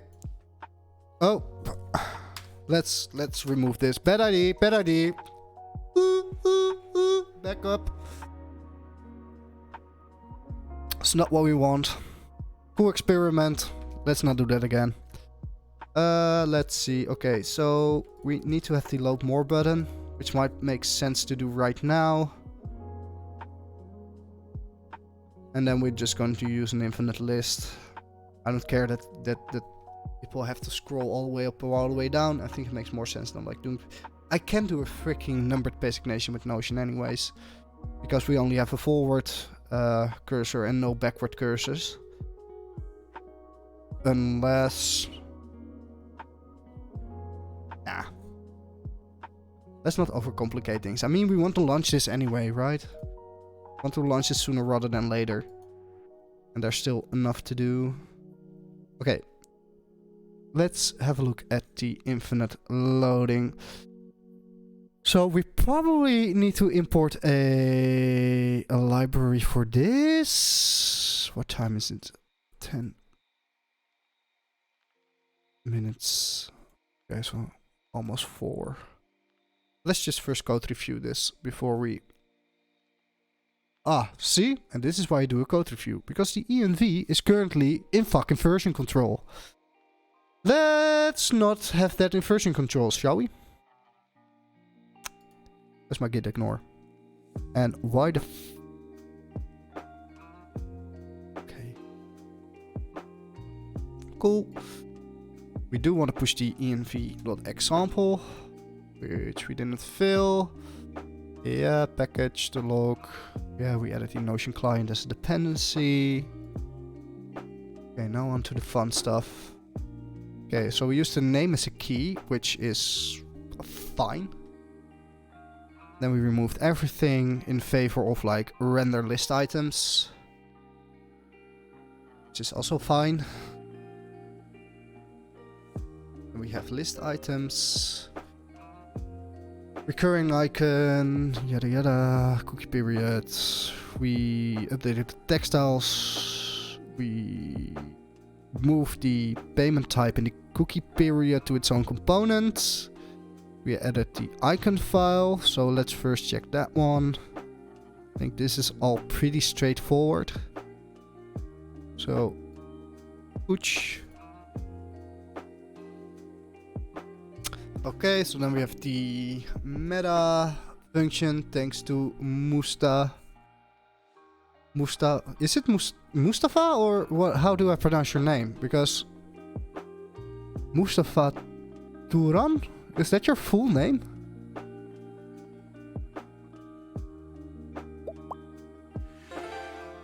Yes, Mustafa. Okay, Mustafa. Got it. And now here's someone with a bit of an interesting name. 2XXXY. Thanks for the follow. My dude, my girl, my, I don't know, non-binary microwave. Okay, I can't say that on stream. I'm sorry, guys. My brain is getting fried from all this coding and like dealing with the flu. Okay, so do we have to place this inside of a fragment? I mean, what happens if we move? Okay, so we didn't take the spawns with us because those are part of the textiles, which is fine because this makes sense anyway.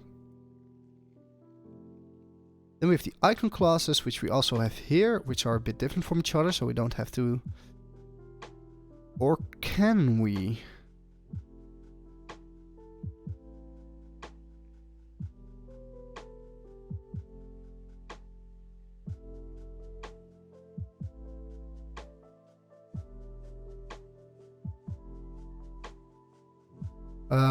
Mustafa, are you talking about turning it into a template string? Oh yeah, you are talking about it. I didn't see that, like... Yeah, I think I actually might do that, but let's see if that... I don't know how that plays together with, like, rendering a component. I'm not sure that you can render a component inside of the maybe... Like, let's make a return here.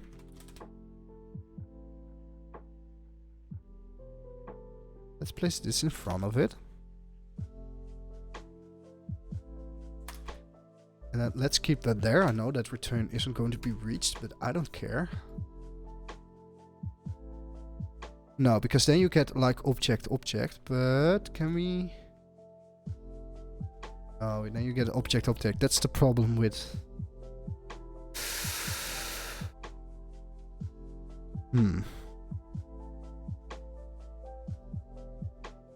No, then it will render it as a string, right? Okay, no, that's not going to work. Yeah, it's a React component. I was wondering for a moment there, because I think, didn't I use this pattern like before in a project maybe for like Senior Wooly? But then again, no, you will render it as a you will render it towards string, so it will always become object because it's a React component. Oh well, doesn't really bother me that much. Always nice if you can do it like in a better way, but hey. As we say in the Netherlands, boeien. Or let's translate it freely to like, fuck it, ship it. Yeah, same goes for here. I think this is fine. You have to do it this way, otherwise we'll get in trouble. Now, do we have any errors which we have to take care of?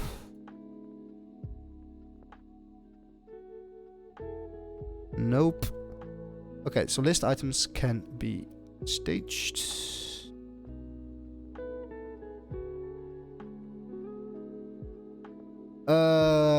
This is fine as well.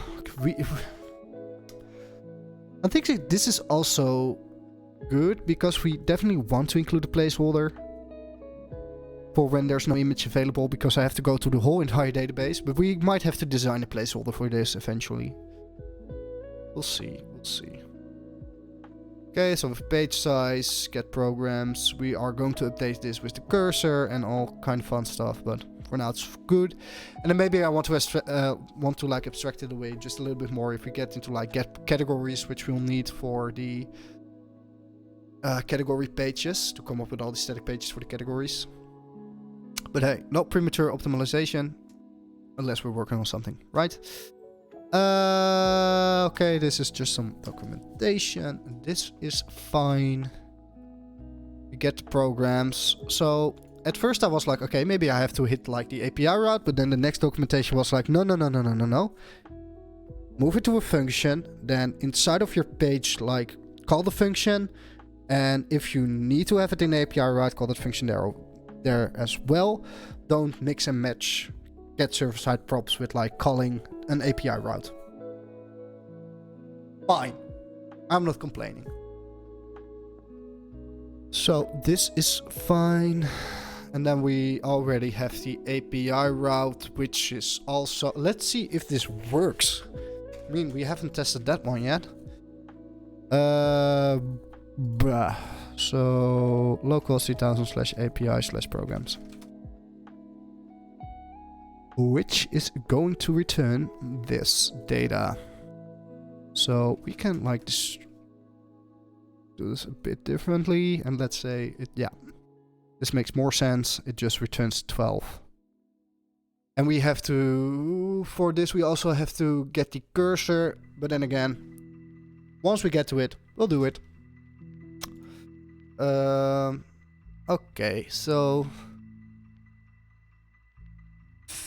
fetch programs and fetch programs from Notion and updated listing component. I don't care, it's my own repository. So let's do this, and then we have to git push from here.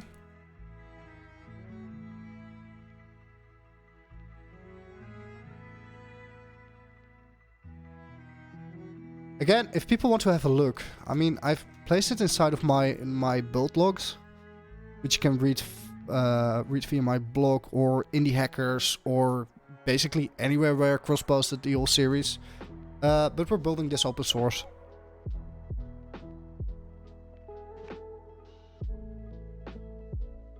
Failed to push some refs. Remote rejected. Wow. What? Why? Okay. Stand by while we fix the technical difficulties. Now it's pushed. So let's see if I didn't push any secrets. No, we didn't. Cool. Okay, guys. I'm going to take a 5-minute break to blow my nose, stretch my legs, go to the toilet and all that kind of fun stuff. And then we'll have a look at the infinite loading, I guess. Or at least get started with it. So I will see you guys in, let's say, 5 minutes. I will set a timer so you know when I will be back.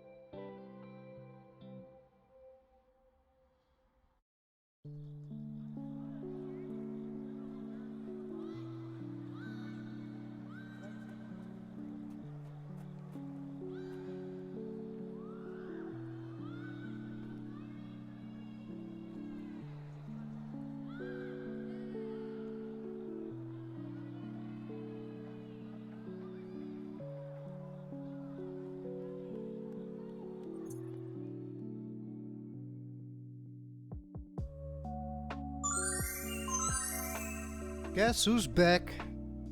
Again. Almost dead. Tell a friend. Alright. Let's just chill for a moment.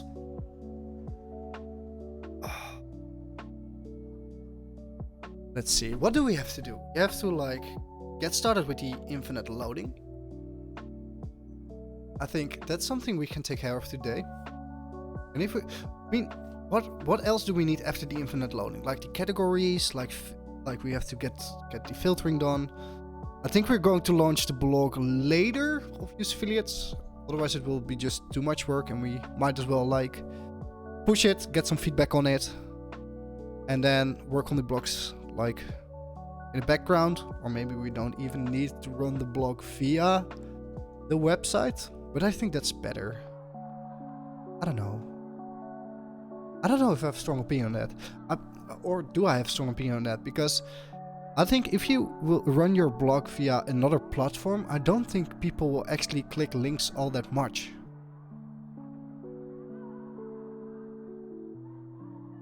It's a good thing to think about.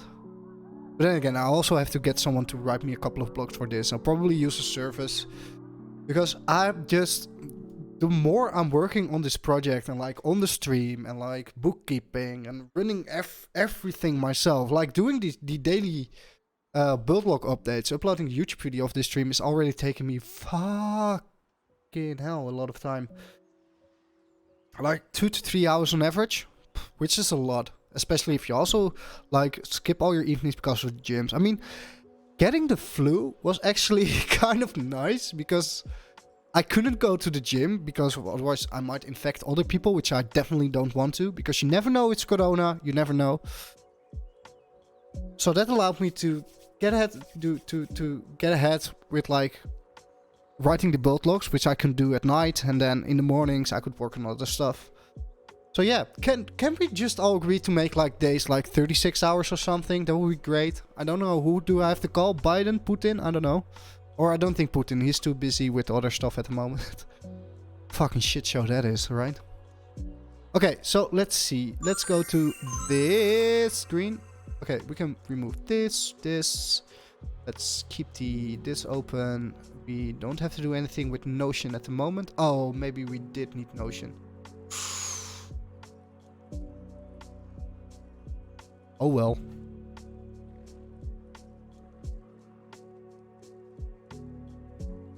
Let's get cracking. So let's see. Infinite loading. I like basic nation. Is there something about basic nation or SWR? Client side data fetching. That's what we need. Fine. Let's use SWR. One will get a stream of data updates constantly automatically, and the UI will always be fetching reactive. Okay, cool. Now, I am a little confused why you chose to make this like a reddish, like orangish color, because now it looks like a warning instead of like a positive message. Cache invalidation. Okay, so let's go to the docs.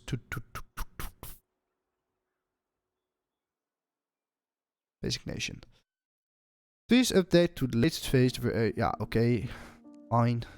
I don't need that. Infinite loading. Sometimes you want to build an infinite loading UI with a load more button that appears that appends data to the list or done automatically when you scroll. To implement this, we need to make dynamic number of requests to the page. React tools have a couple of rules, so we cannot do something. Okay. I don't know why people still include this in documentation. We are not idiots. I mean, I am an idiot, but not. Oh well, let's move on. Instead, we can use like basic section that we create a chief, so page I, key I, button on page, so pages.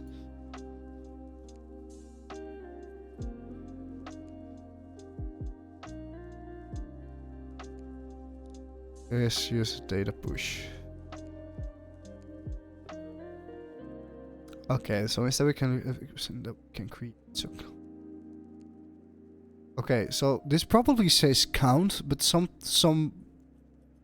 I don't know, for some reason I read cunt. cont and set cont. Let's stick with that. Okay, so set cont plus 1. Which is cont plus 1. Then you have 2 conts. Why ditch the okay, let's move. I can't take this serious. I'm a child, sorry.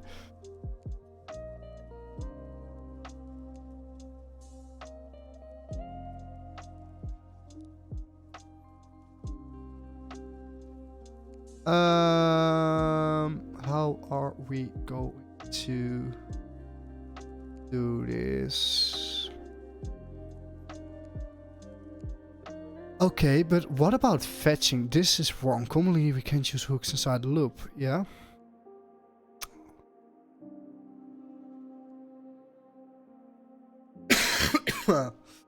You can create an abstraction. Okay, so we probably should start here and then implement like pages. But we don't have information about...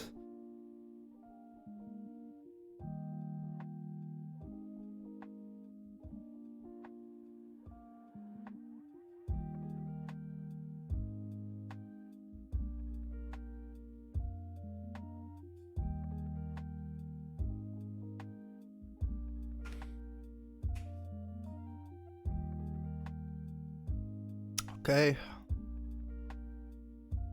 Ah, here. This is what we need. We can change our getKey function to page index. Fine. Next cursor. Okay, cursor is this, limit is that. Add the cursor to the endpoint. The first page you don't have to use. Just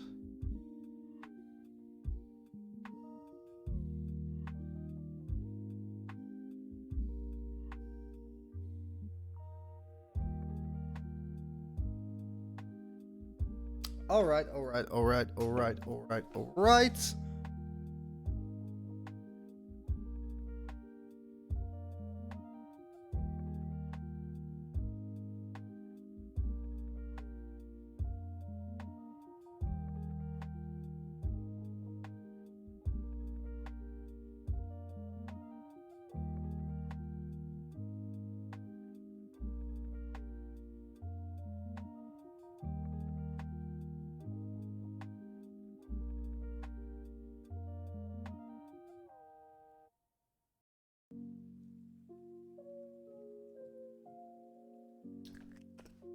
Do we want to make this a hook?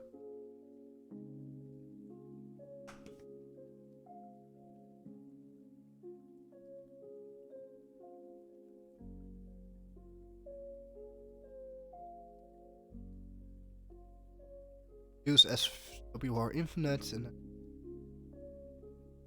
data is then loading. Then you map over everything. Okay, so basically they're using this example. But then again, I might actually want to turn this into a hook so we can use it more often. But doesn't make sense. I don't think we need to create a hook out of this. I just let's just, I mean, we have a clean branch at the moment, or like we have no changes state, so let's just go to the index page. Let's see. Let's first things first. Let's get started with this library. So npm add --save swr. Okay, cool. So let's run def.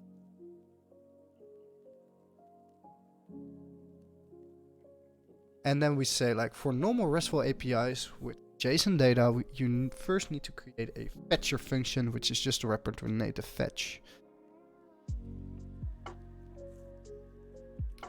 Sounds good to me, but do we actually need that for like for the infinite? Yeah, so you need a fetcher for that. Okay.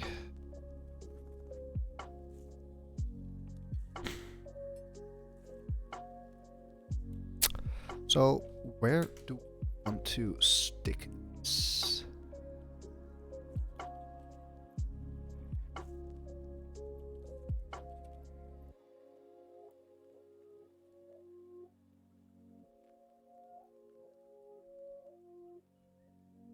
Export default fetcher.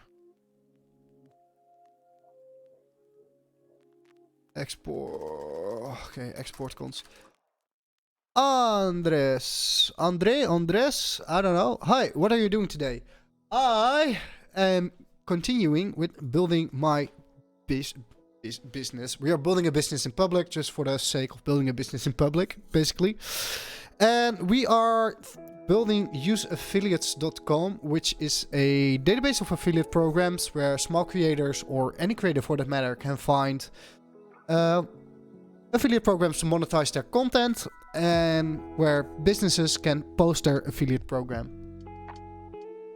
And basically we are currently on day 7. So there are 6 build logs already, which you can find on my blog, or Indie Hackers, or Medium, or Dev2, or wherever the fuck. I cross-post a lot. And we are basically doing this all together. I mean, I haven't had all that much suggestions. I mean, Mustafa was just in chat and he helped me a little bit out with the code. I think it's fun to build this with everybody. So if someone's like, hey, I want to try out this marketing-wise for the product once we launch it, I'll probably be like, let's fucking do it. You know? Let's figure it out together. And we'll see where it goes. I mean, I won't go as far as creating a decentralized, autonomous organization, a DAO out of this, so we can all profit. But hey, I mean, at least we can have fun with everybody, right? I like it. Thanks, man. So we are currently working on coding the actual thing. So as you can see, this has become this, and we have to do the photos, and we have to build the database, and all that kind of fun stuff. So yeah, we just today we took care of getting all the data outside of Notion, which I'm using as a database at the moment, because we only need read-only data at the moment. I'm going to, if someone clicks on post program, I'm going to send them to Typeform anyways, because Typeform has a Stripe integration, so we can make some money. And then probably the blog we're going to do later, but we're just winging it at the moment.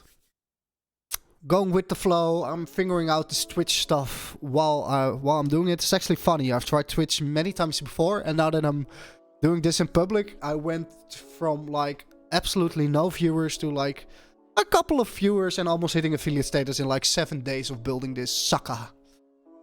So yeah, that's pretty much the update for you, Andre. I don't know how I pronounce your name. Place it in chat, and thanks for the follow as well. Just curious, what's your background? Are you a programmer or Andres? Andres.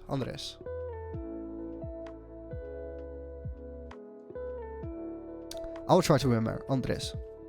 Cool. Andres.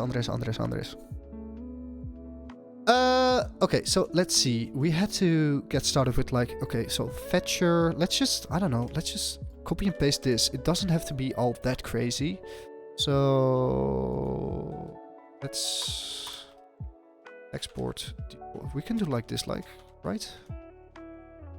Export default fetcher. So then in that case, we can go here now. Yes, I'm a developer, Venezuelan, living in Argentina. Whoa, nice. Now I definitely feel like Mr. Worldwide with all these kind of people in my chat. It's amazing. It's an amazing experience so far. Look at the people from India. Now a Venezuelan who lives in Argentina. We have Polish people in here, German people. I'm from the Netherlands, for the people who don't know. You probably could have told by my accent, which is pretty Flemish, especially now that I have the flu. I don't know, is Dragonia in here? Because he likes to shit on my accent. Let me see. I have all these spam bots watching my stream, so it's very hard for me to tell which followers are watching at the moment. Oh well.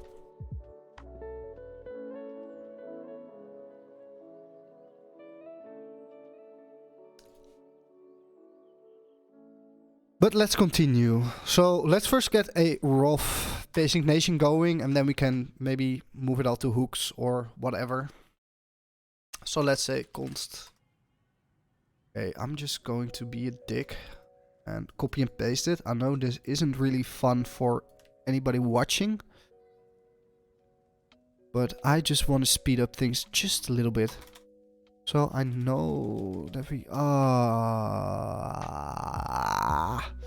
okay, so we change okay, cursor based designation, because we know that Notion returns a next cursor. No previous cursor, which I'm always mad about, but they have a next cursor. So that's pretty much this. Let's keep the comments in here for the moment. Okay, and then inside here we say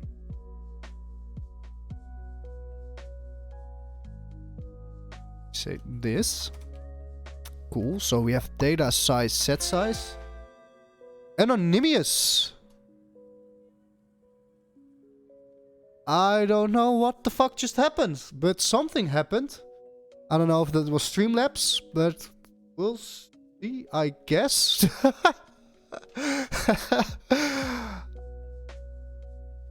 Something happened. And I'm wondering what the hell it is. Let me go to... let's not open that on here. Let's open that on a different one of my 3 monitors. And if someone can tell me what happened in chat, that will be great as well.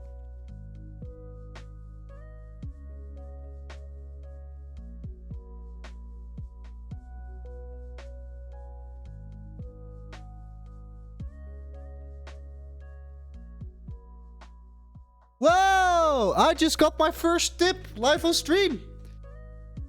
Am I an angel investor now? I guess you are. I think so.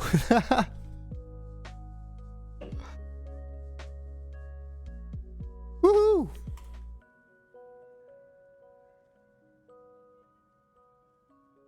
I mean, I wish I could give you some equity, but oh well. I forgot to put my name. Thanks, man. I really appreciate it. I really appreciate it.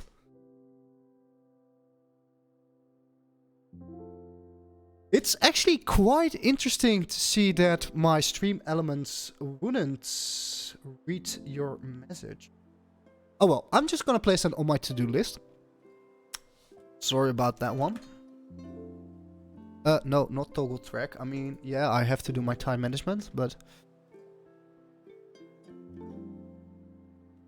Let me put that in, because I'm still setting up. Check. Go next.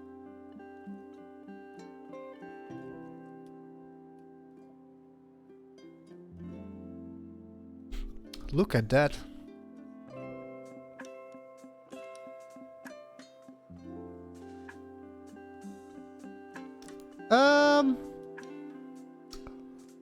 I've got thrown off B.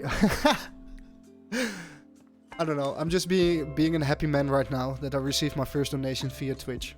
So, hey.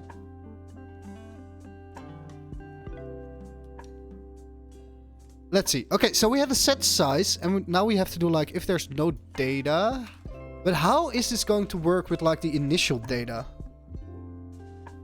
Because I want to have some initial data. Like, is there anything about in the documentation about initial data?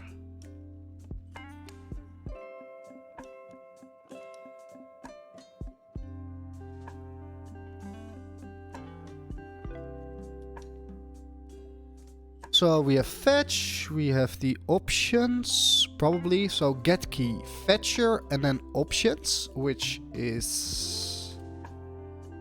accepts all the options that use SRO with initial size. Number of pages should be loaded initially. So yeah, okay, revalidate first page data. Yeah, this is great and all, but... okay, so probably I am thinking about this a little bit too. If like, let's go with the flow and fix it later. Like, data return loading, and then they talk about so get key. This is the only thing that's different. So this has to be like API/programs, And then the cursor. So let's do that as well. Let's say that we can get the program and that we include a cursor into this. So Notion SO. Developers of Notion SO.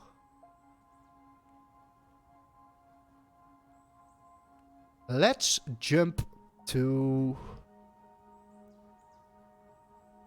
Have to jump off. Keep doing great work, buddy. Hey, thank you so much for dropping by and for the donation, my man.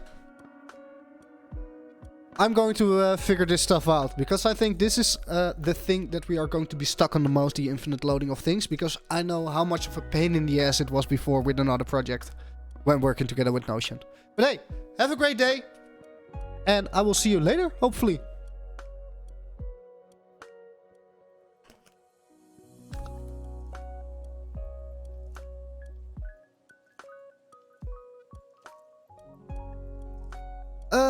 Let's check it out. So we have the query a database, and then you could insert like the cursor.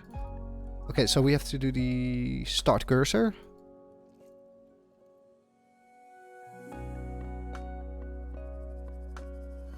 Start cursor, which is either like cursor or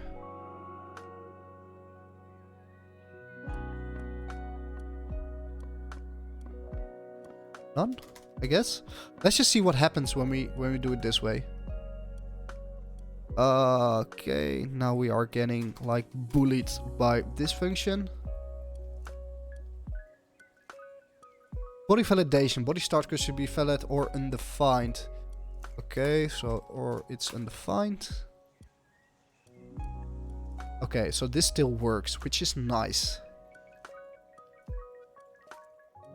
Okay, cool. So that way we don't have to create another function for this. But we can supply cursor via the API route, which I am going to do via here. So I know that there is like a way to do this. So let me quickly look this up inside of another project. You know what? Let's not make a secret out of this that I have like done this before. Hey, I got a follow on GitHub as well.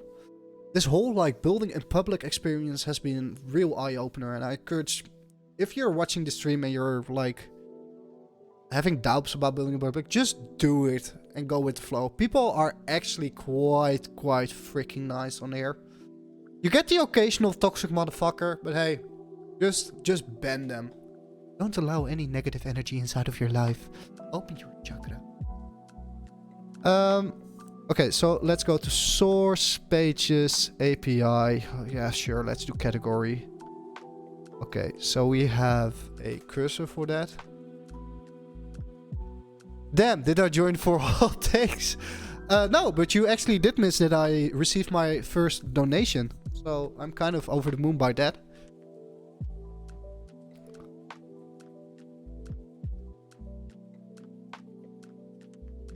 I don't know, I'm just having a good streaming day, I guess. It's nice to finally be doing something that works after all this time of like figuring stuff out during my sabbatical. Type error dev. Hello there.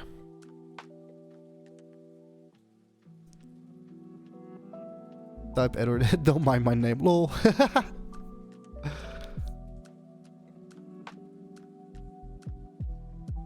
I don't know. Did you change your username? And are you someone who's been here before, or? Okay, so let's grab the cursor because we need that one. Nope, just new. Oh, welcome. We are building a business in public, or should I say a dummy business, or nah, it can be a business, I guess. Okay, so with the cursor, and then we pass this one along, and if it's not there, then it's there. I see it's going well for you today. Yeah, it's going great. It's going great. I'm having my best week of streaming while I'm like dying on the inside because of the flu, or I don't know if it's corona, but or COVID.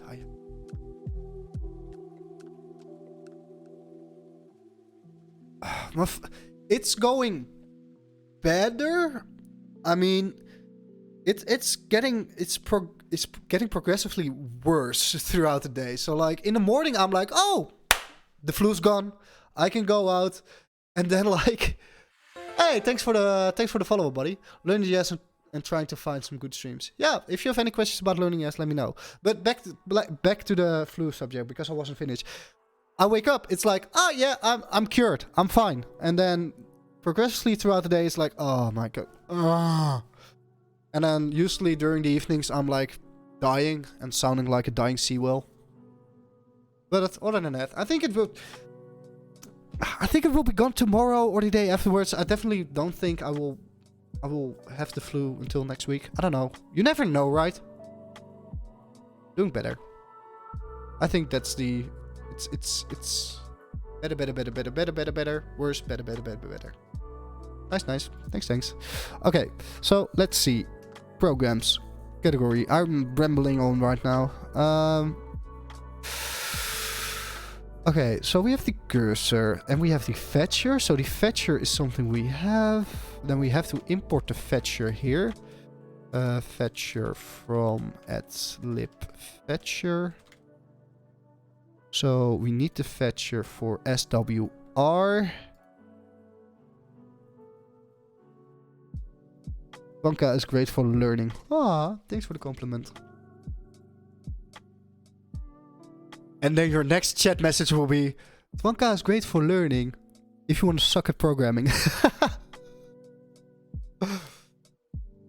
I don't know. There are a lot of people here, type error in the chat, who can help you out during learning. I definitely want to create a community where everybody helps each other out.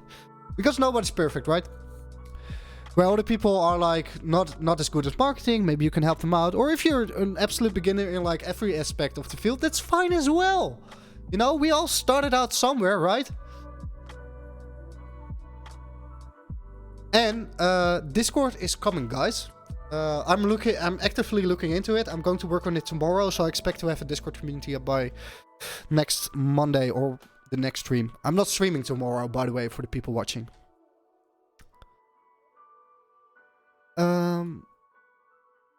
Hell yeah! So get program. So let's go back to this SWR infinite loading thingy. So we did the key. So this, and then from there it should probably be... Okay, so we have the cursor. So how did we do previous page data? I'm not sure where the previous page data is coming from. A function, okay, accepts the fetcher if null. Okay, so we have previous page data, which is probably data, which is programs. Okay, so let's look at the Notion file. So that's programs, well, data. So we probably have to do like this, like programs. Right. Let's just write this out. Let's see what happens if we do this. So total users not linked. I don't need that.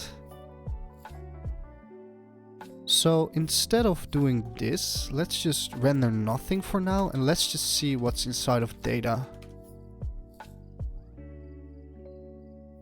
Use info. Okay, so we probably have to import that one.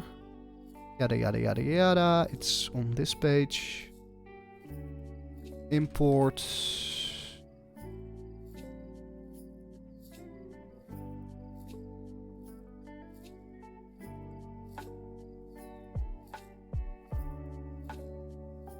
Is not a function. That's interesting.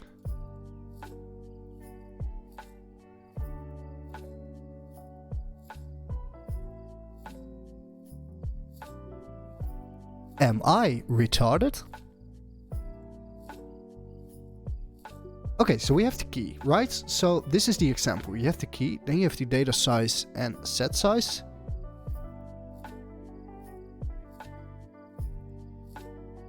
And then we have the get key and the fetcher. So that's probably a okay.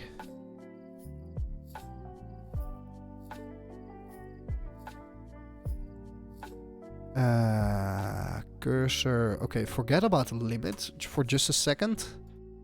Let's go to Notion and say, okay, next cursor.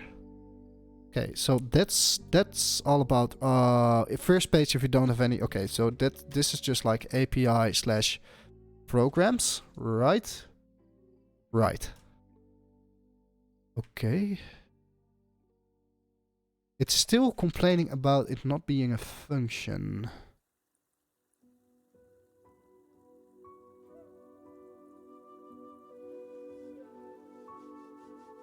Okay, let me check that. Let me check that. I'm seeing the chats appear on the left. Is it something I... Okay, so Livestream is looking at the project. The Dragonia is helping out. Type error def. Currently just finished my 5th project responsive Git photo gallery, which uses Baguette box plugin. And I create my own search bar function and search field. Neat. Export is so... Vanilla CSS. Hey, sounds great. I don't know, if you have any specific questions for me, I'm happy to answer them. But I see that Dragonia is already doing a good job at being the mentoring mother of the chat. So, let's see. Okay, so... Is it now the case that I don't need server-side props for... let's just keep them in there. Because I'm not sure why this is complaining about not being available to me. Okay, now it's loading for some reason. So it's not a... Is this documentation not... If you're using yada yada, it needs to be imported from SWR. Import use... Mod experience kicking in. Actually... I might make you a mod once we hit affiliate Dragonia, if you don't mind. I will give you the VIP treatment. I think I saw this pop up on my Twitch dashboard. You can make people VIP, and I was like, I don't know what the fuck that is, but it sounds awesome. But what doesn't seem awesome is that this import doesn't. Okay, use SVR.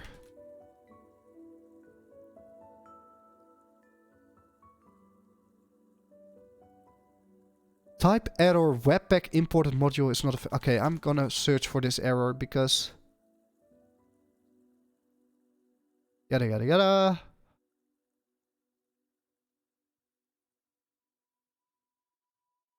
Links allowed? Yeah, links are allowed. VIP gives you little diamond icon and some chat frames bypass. So it's yeah, I don't see the need for slow chat yet. What I do see the need for is why the F this isn't working. Am I on the wrong? Okay, so this is right. We have a changelog. We have wanted. And we have go to package.json. We have SVR wanted. Okay, so that's right. So SVR infinite revalidates that. Okay. So that's cool. And that's all quite nice.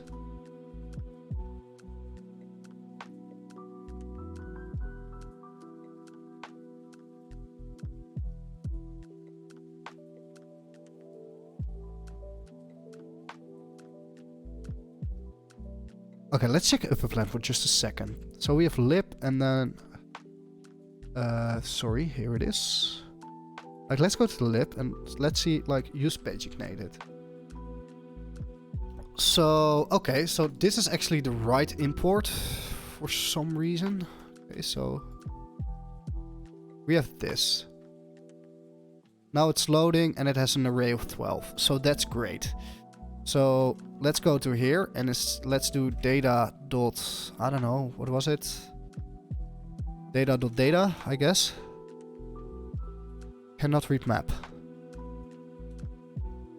Okay, let's go back.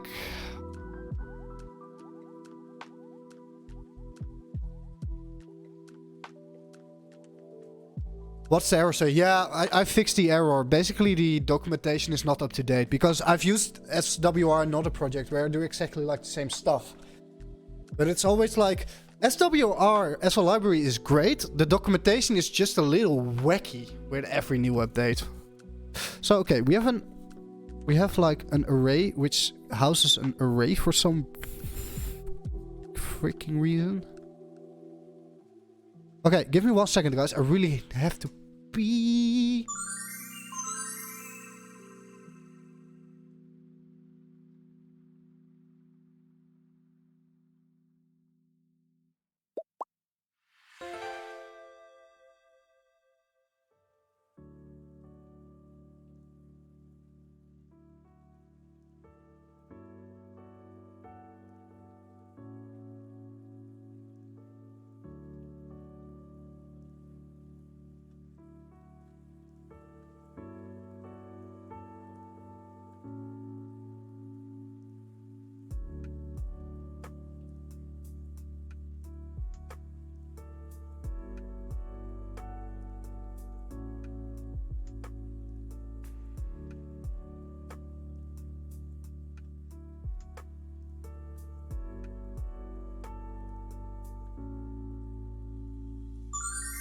Okay, I'm back. Did I miss anything? I don't think so. Let's say, what's the error say? Okay, I already covered that one. Enough to share your code publicly. You've already an advantage over many others. Even if a project is not super good, you know you're showing that you're trying to work properly. Right? Yes. Okay. Oh, so nice to see this work out in the chat. Okay, so we have this cookie period thing.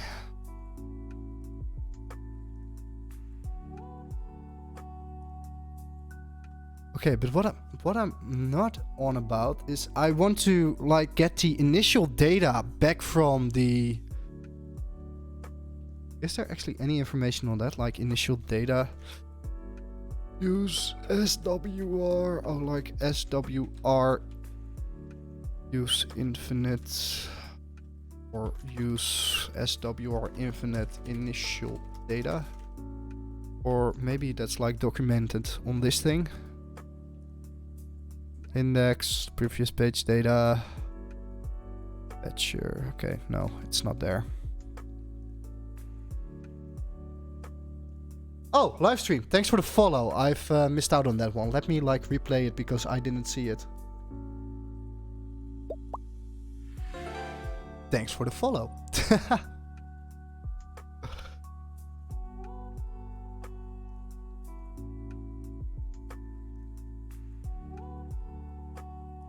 By the way, Twan, you can mod people without affiliate, I think. Yeah, I know. I did it on my like Falling Q channel, which is my Dutch game channel, so don't bother looking for it because I never stream.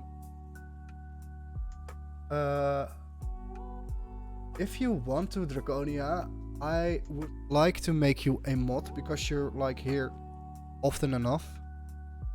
You're here. You are here from the start.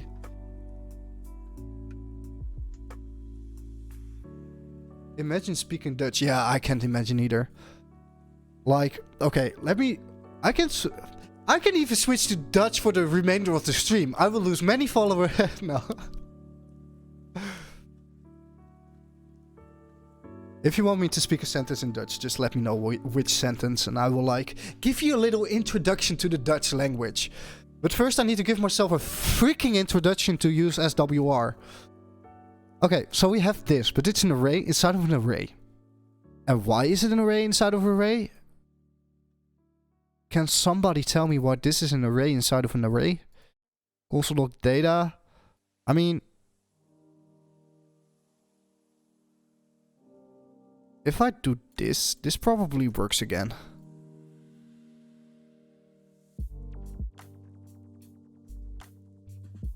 And this is definitely not what I want.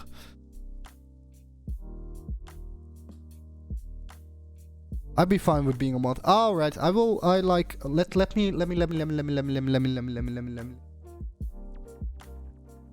me make Tony mod tick. Thank you. I will make that happen. Woo! 10 viewers all on my own without any rates. And all you guys are seeing is like me being overly excited about how the whole stream thing is going. And like sucking at implementing SWR. But let's Google this, shall we? Like, get server side props in combination with loading more data via SWR. You're doing data fetching from Twitter, or what are you fetching? From Twitter? Where do you get the Twitter information from? Am I missing a joke? Now, what I'm basically trying to do, but I think I already have it. Like, if there is no... Maybe I can do programs, and then if there's more... Like, what happens if we do... Like, import... set state from React. And maybe we can do, like... const... I don't know... items, set items. Let's just figure something out, shall we? Use state programs. Because this all happens on load, right? So let's just return like this for now. Okay, this might be a little bit confusing, but it all will make sense in a moment. Because then I can like console log items. Oh, yeah. Yeah, I want to use like the Twitter, but I'm currently what I'm trying to fetch now is I have like... this afternoon we worked on the loading the programs for Notion. That part works, and now I'm working on like the infinite load. So the problem I have right now is that the way SWR works is that it fetches things client sides. But what I want is, okay, fetch the first page via get server-side props, because that's way faster server-side rendering. And then once we did that, if people click on load more, then do client-side fetching. Use state is not defined. That's right, because it's use state, not set state one. So console log items. Okay, so programs.data. Right? Right. Or... Okay, or let's say that this is initial data. Let's do that, like initial data. And then let's call this programs. Set programs.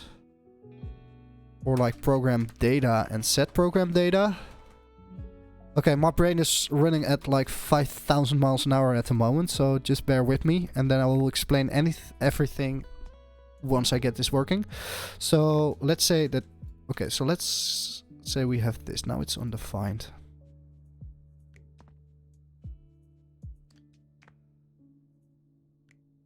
Okay, now it's not undefined. That's nice. So now we have program data. Return nothing. So now we can maybe do a use effect. And then we are going to move this. Okay, so we don't need this. We need this. Then we can do use effect, huh? Yeah, okay, bear with me. And we are going to run this once the data changes. And then we say if data.length. Okay, let's just console log the data for now and don't do anything with it. Alright.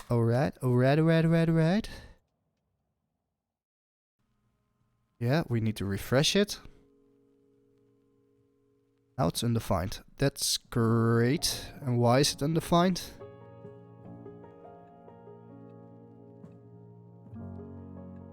Would have expected this to like run.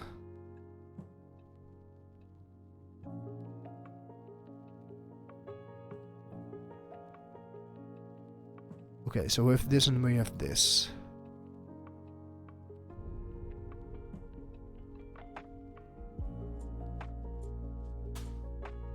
Okay, let's go to the Pasignation. And let's see how this worked. Like on click set size +1. Let's load more. Okay, let's create a button. More stuff!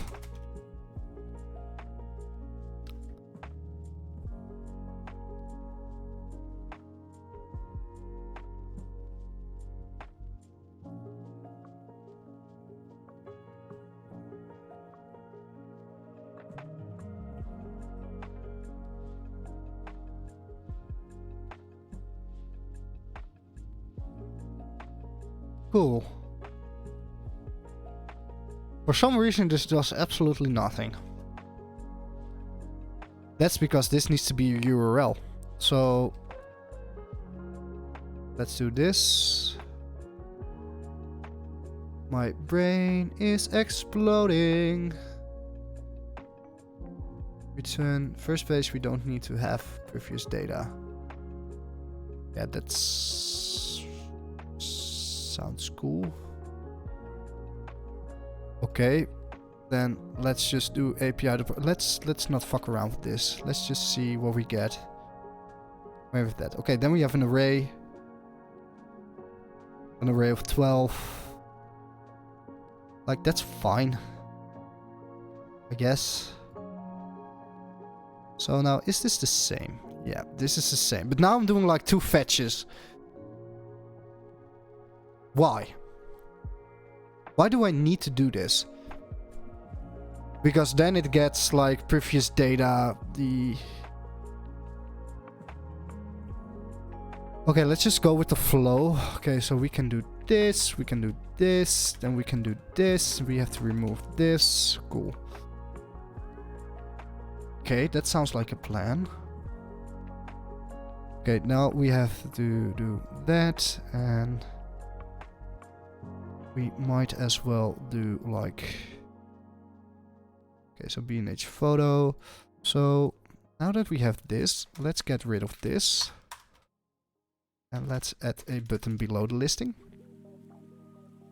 More stuff. For now, let's put this inside of the component. Okay, okay, okay. So let's see. What information do I have inside of here? Like length. Okay, so let's do this like data and size.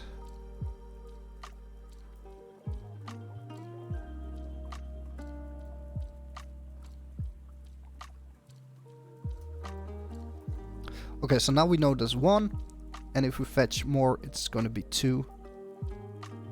And then has this changed to another? No, and why is that?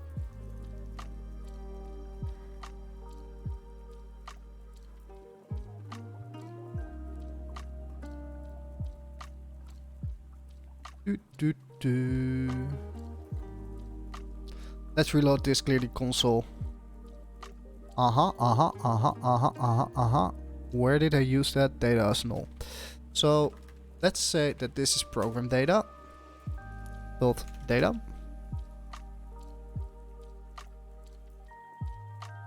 Cool, undefined null. Now the data has come in. Okay. More stuff. Undefined. Okay, so the cursor at the moment is undefined. And why is that? Because on the cursor...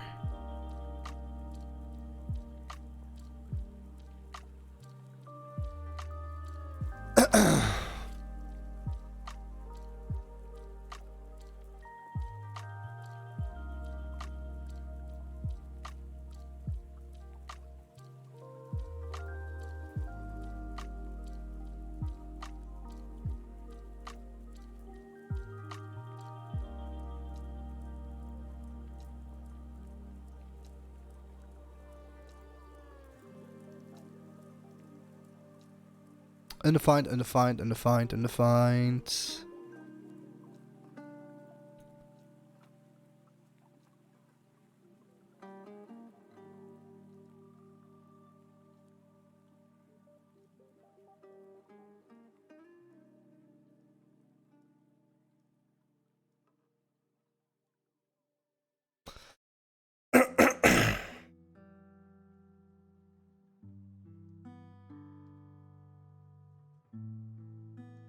It's not doing what I expect it to be doing. And it's not saying...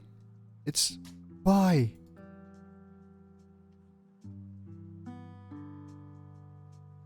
Oh, I know why. Because this. See? That's why I never...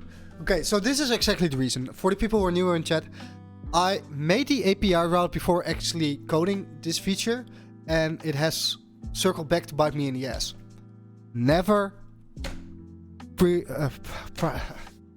never type something out or never code something until you actually need to code the actual feature.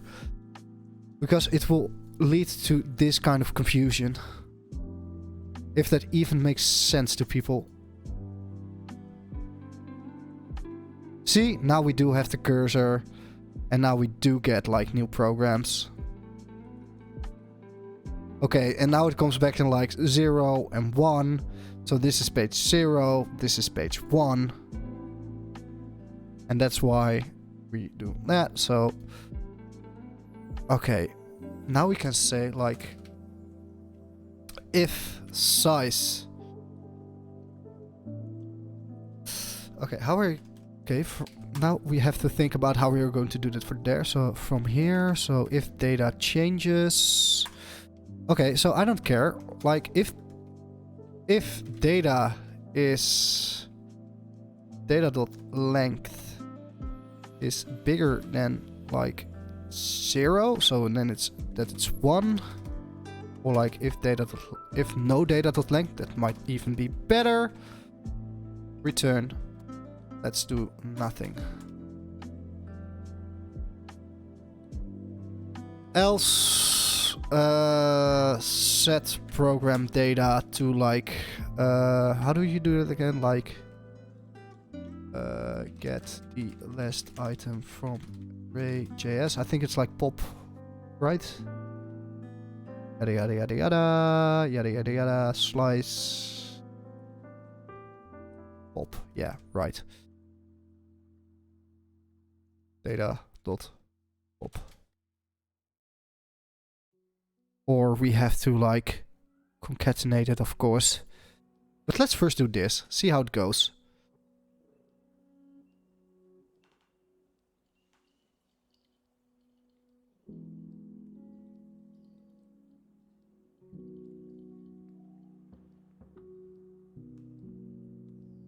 That works. Let's refresh this. Oh. What just happened?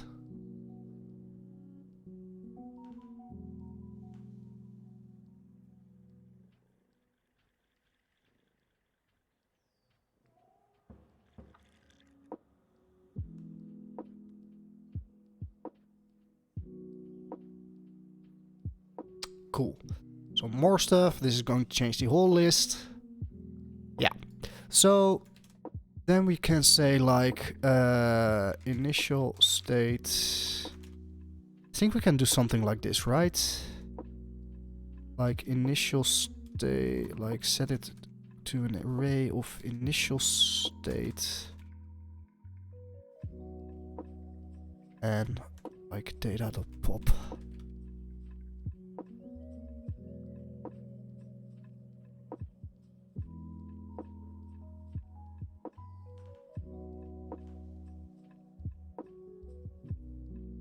A valid attempt to spread non-interval instance. And why is that a non-interval instance?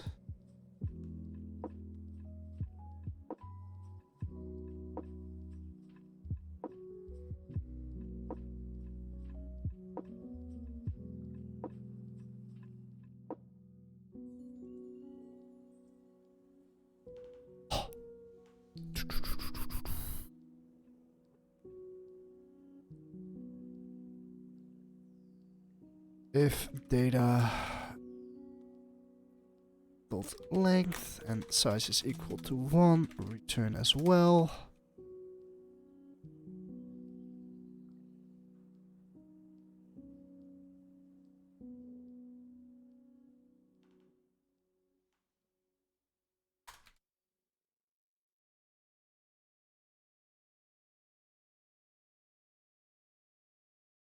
think I'm doing something wrong here.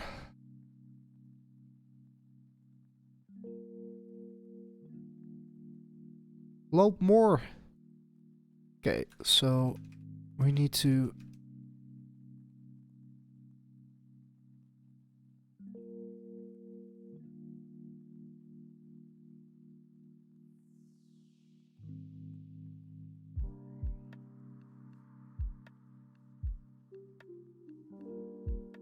I don't care, just bring me back.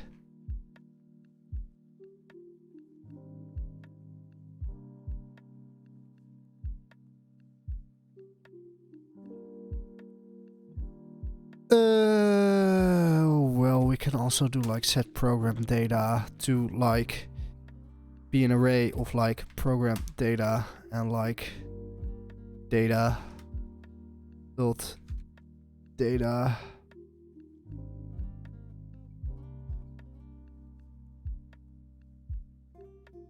Wait, let me just have a look at like what comes back from here, from that one.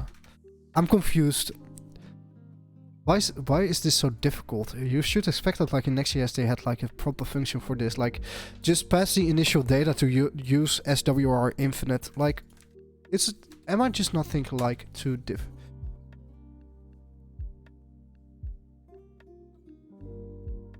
Holy fuckerino, what the fuck is this? Initial data was renamed to fallback data and SWR1. To avoid confusion with SEO, if there's no fetch result yet, the fallback will be returned. It should return the following data. Once still fetching, fallback returned, page 1, fetch page 1. I never use it's used for client-side fetching. It's like the library from the guys who built Next.js to do client-side fetching, just like React Query, for example.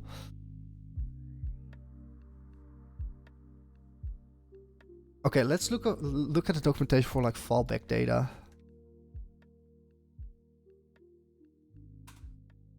Therefore, that you can provide any prefix data as an Why? As an issue of all SEO with specific keys. This is very helpful for scenarios like SSC, SSR. Okay, so this is exactly what we need. For basic and to avoid confusion, the author is now related to fallback data.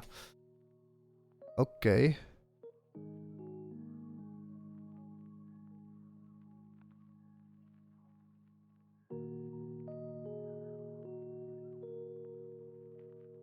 And how was it used again? So use, and then we have like option fallback data, apparently. See, we're getting somewhere.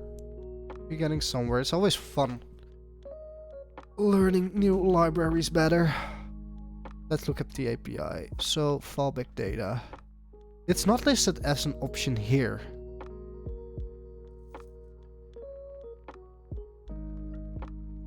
Okay, so instead of doing all this freaking magic and doing this and doing this, we're just figuring this out as we go. And otherwise, if I can't like get it, I mean, how long do we have? Like half an hour left for streaming. I'm just vibing. I mean, I'm not even mad that it doesn't work on the first try. I mean, that's developing as well. We are figuring this stuff out together. I'm growing on stream, and hopefully you can learn a thing or two from this. So see, now here we have fallback data, and then we can do like maybe initial data dot data, or like initial data. Program data is not defined. Fine. Let's set data dot data again. Okay, let's do... Okay, it is getting pretty annoying, I must say. But we have to see where this takes us. So let's console log the data.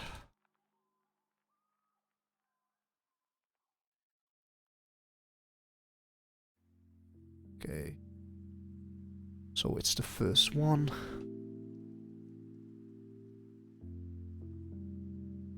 And then it comes with pages, right?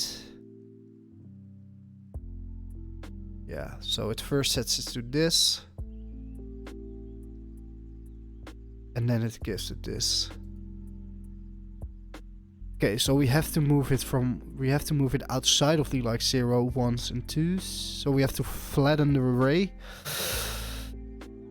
Did I do this inside of Upperland for... Yeah, normalize data, data.map, or...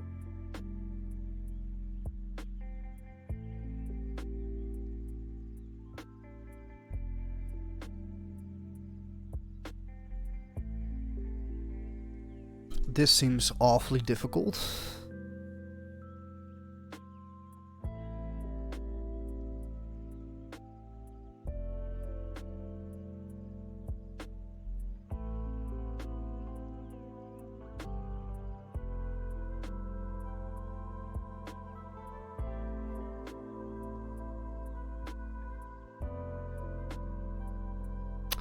Let's go with the flow.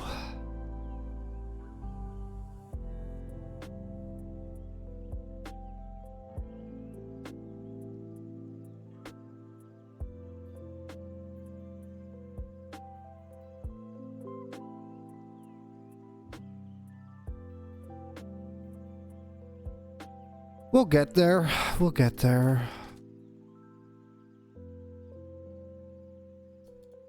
Use facts whenever data changes. And let's see what happens to data once we do this. Use facts not defined. Are you...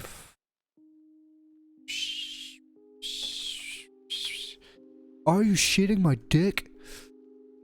I misspelled it. Of course. Okay, let's refresh and see what happens.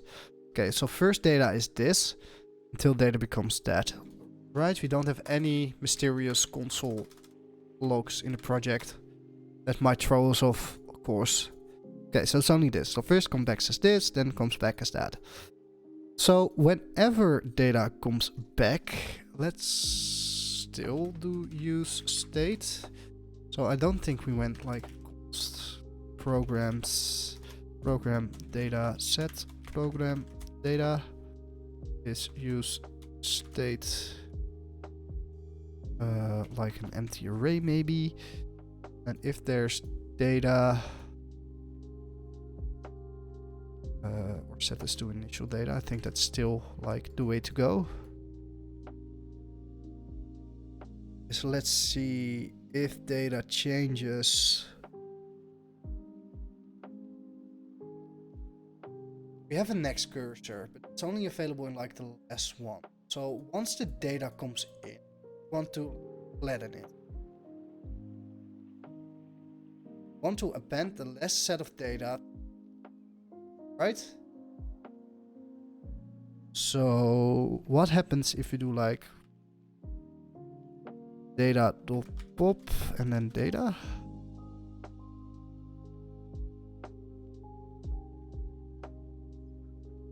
If data, no data,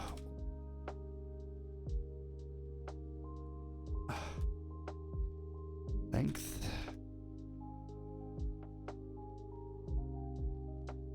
Oh, fuck me sideways.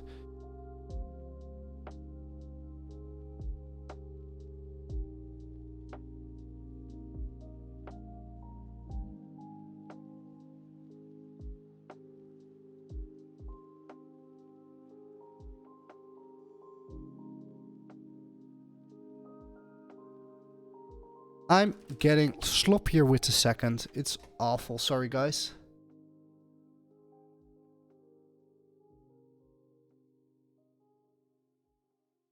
Okay, so now we have this.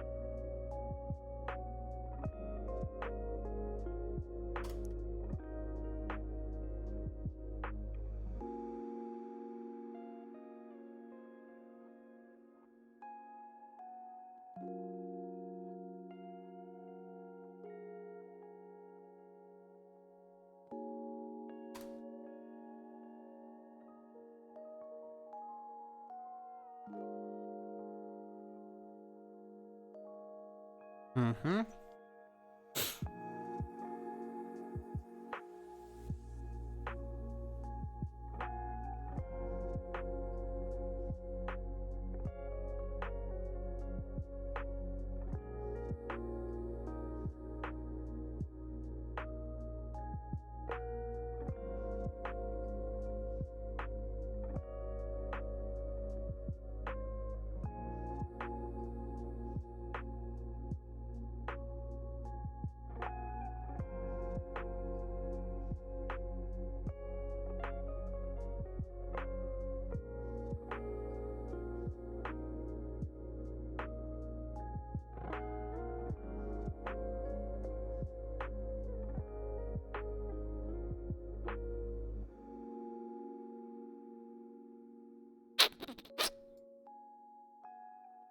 What am I doing wrong?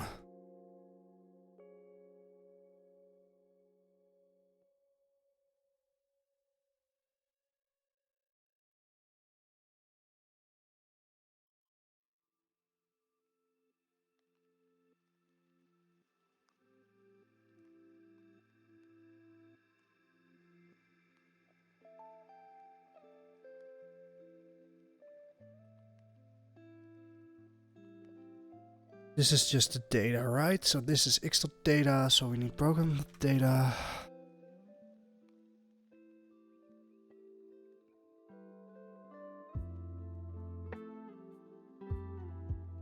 Well, why can't we just like do this?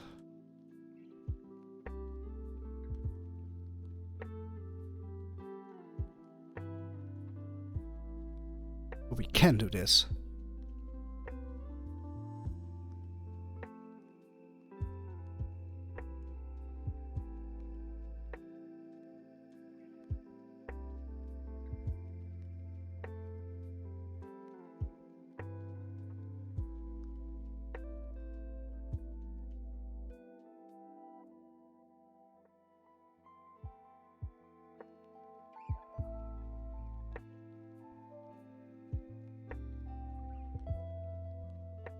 And I know why that is, because here it's program data, so we need initial state of data.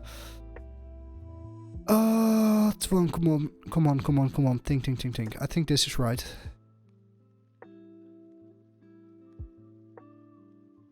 Then we don't need the data here.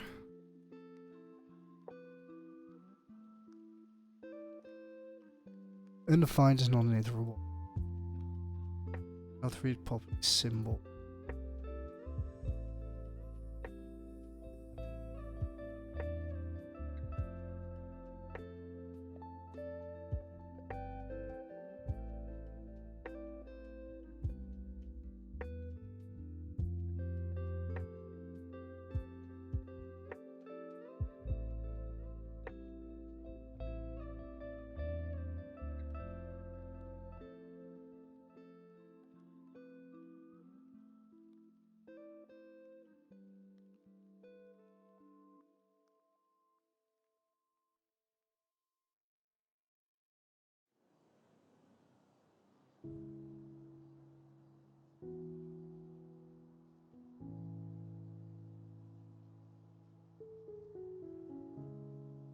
Come on.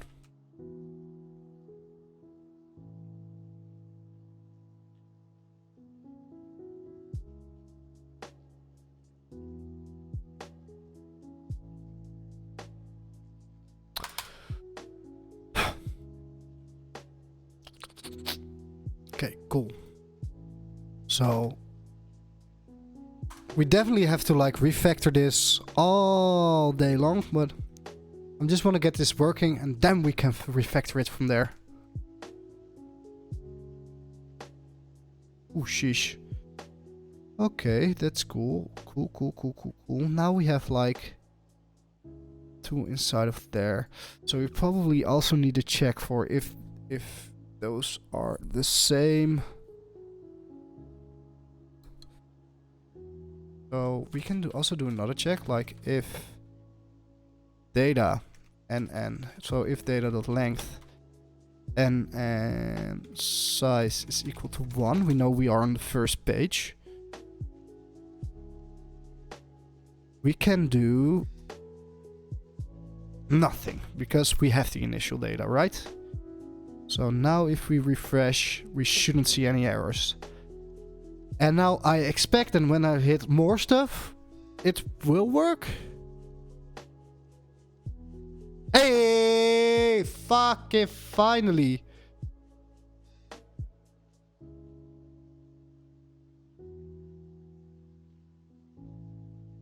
As next cursor.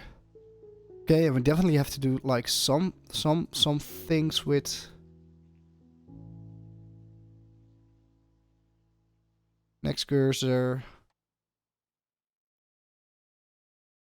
Next cursor null. Now we still have a lot more stuff, and now we'll get an error. No. Okay, cool.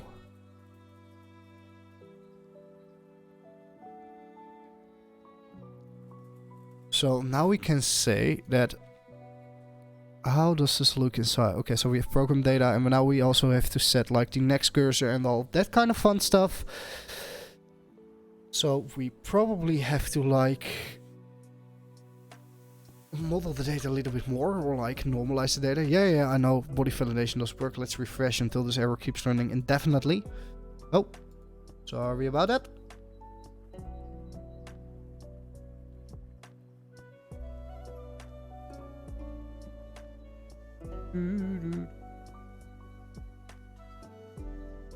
Okay, so let's see. I think I'm just gonna leave it here.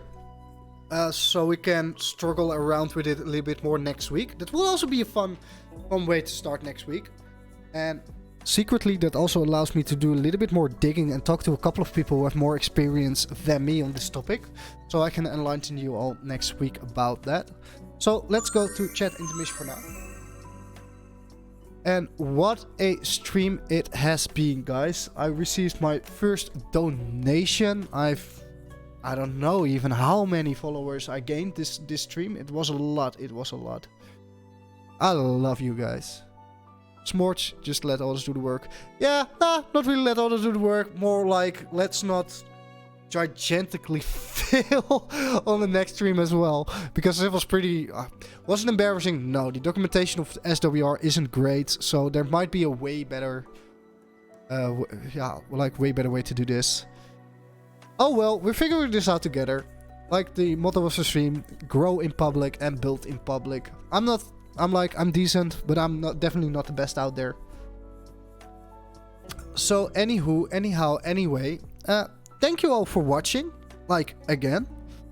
And I will not be streaming tomorrow, because then I will be working hard on getting a Discord community up and running, so I can show you all next Monday or Tuesday.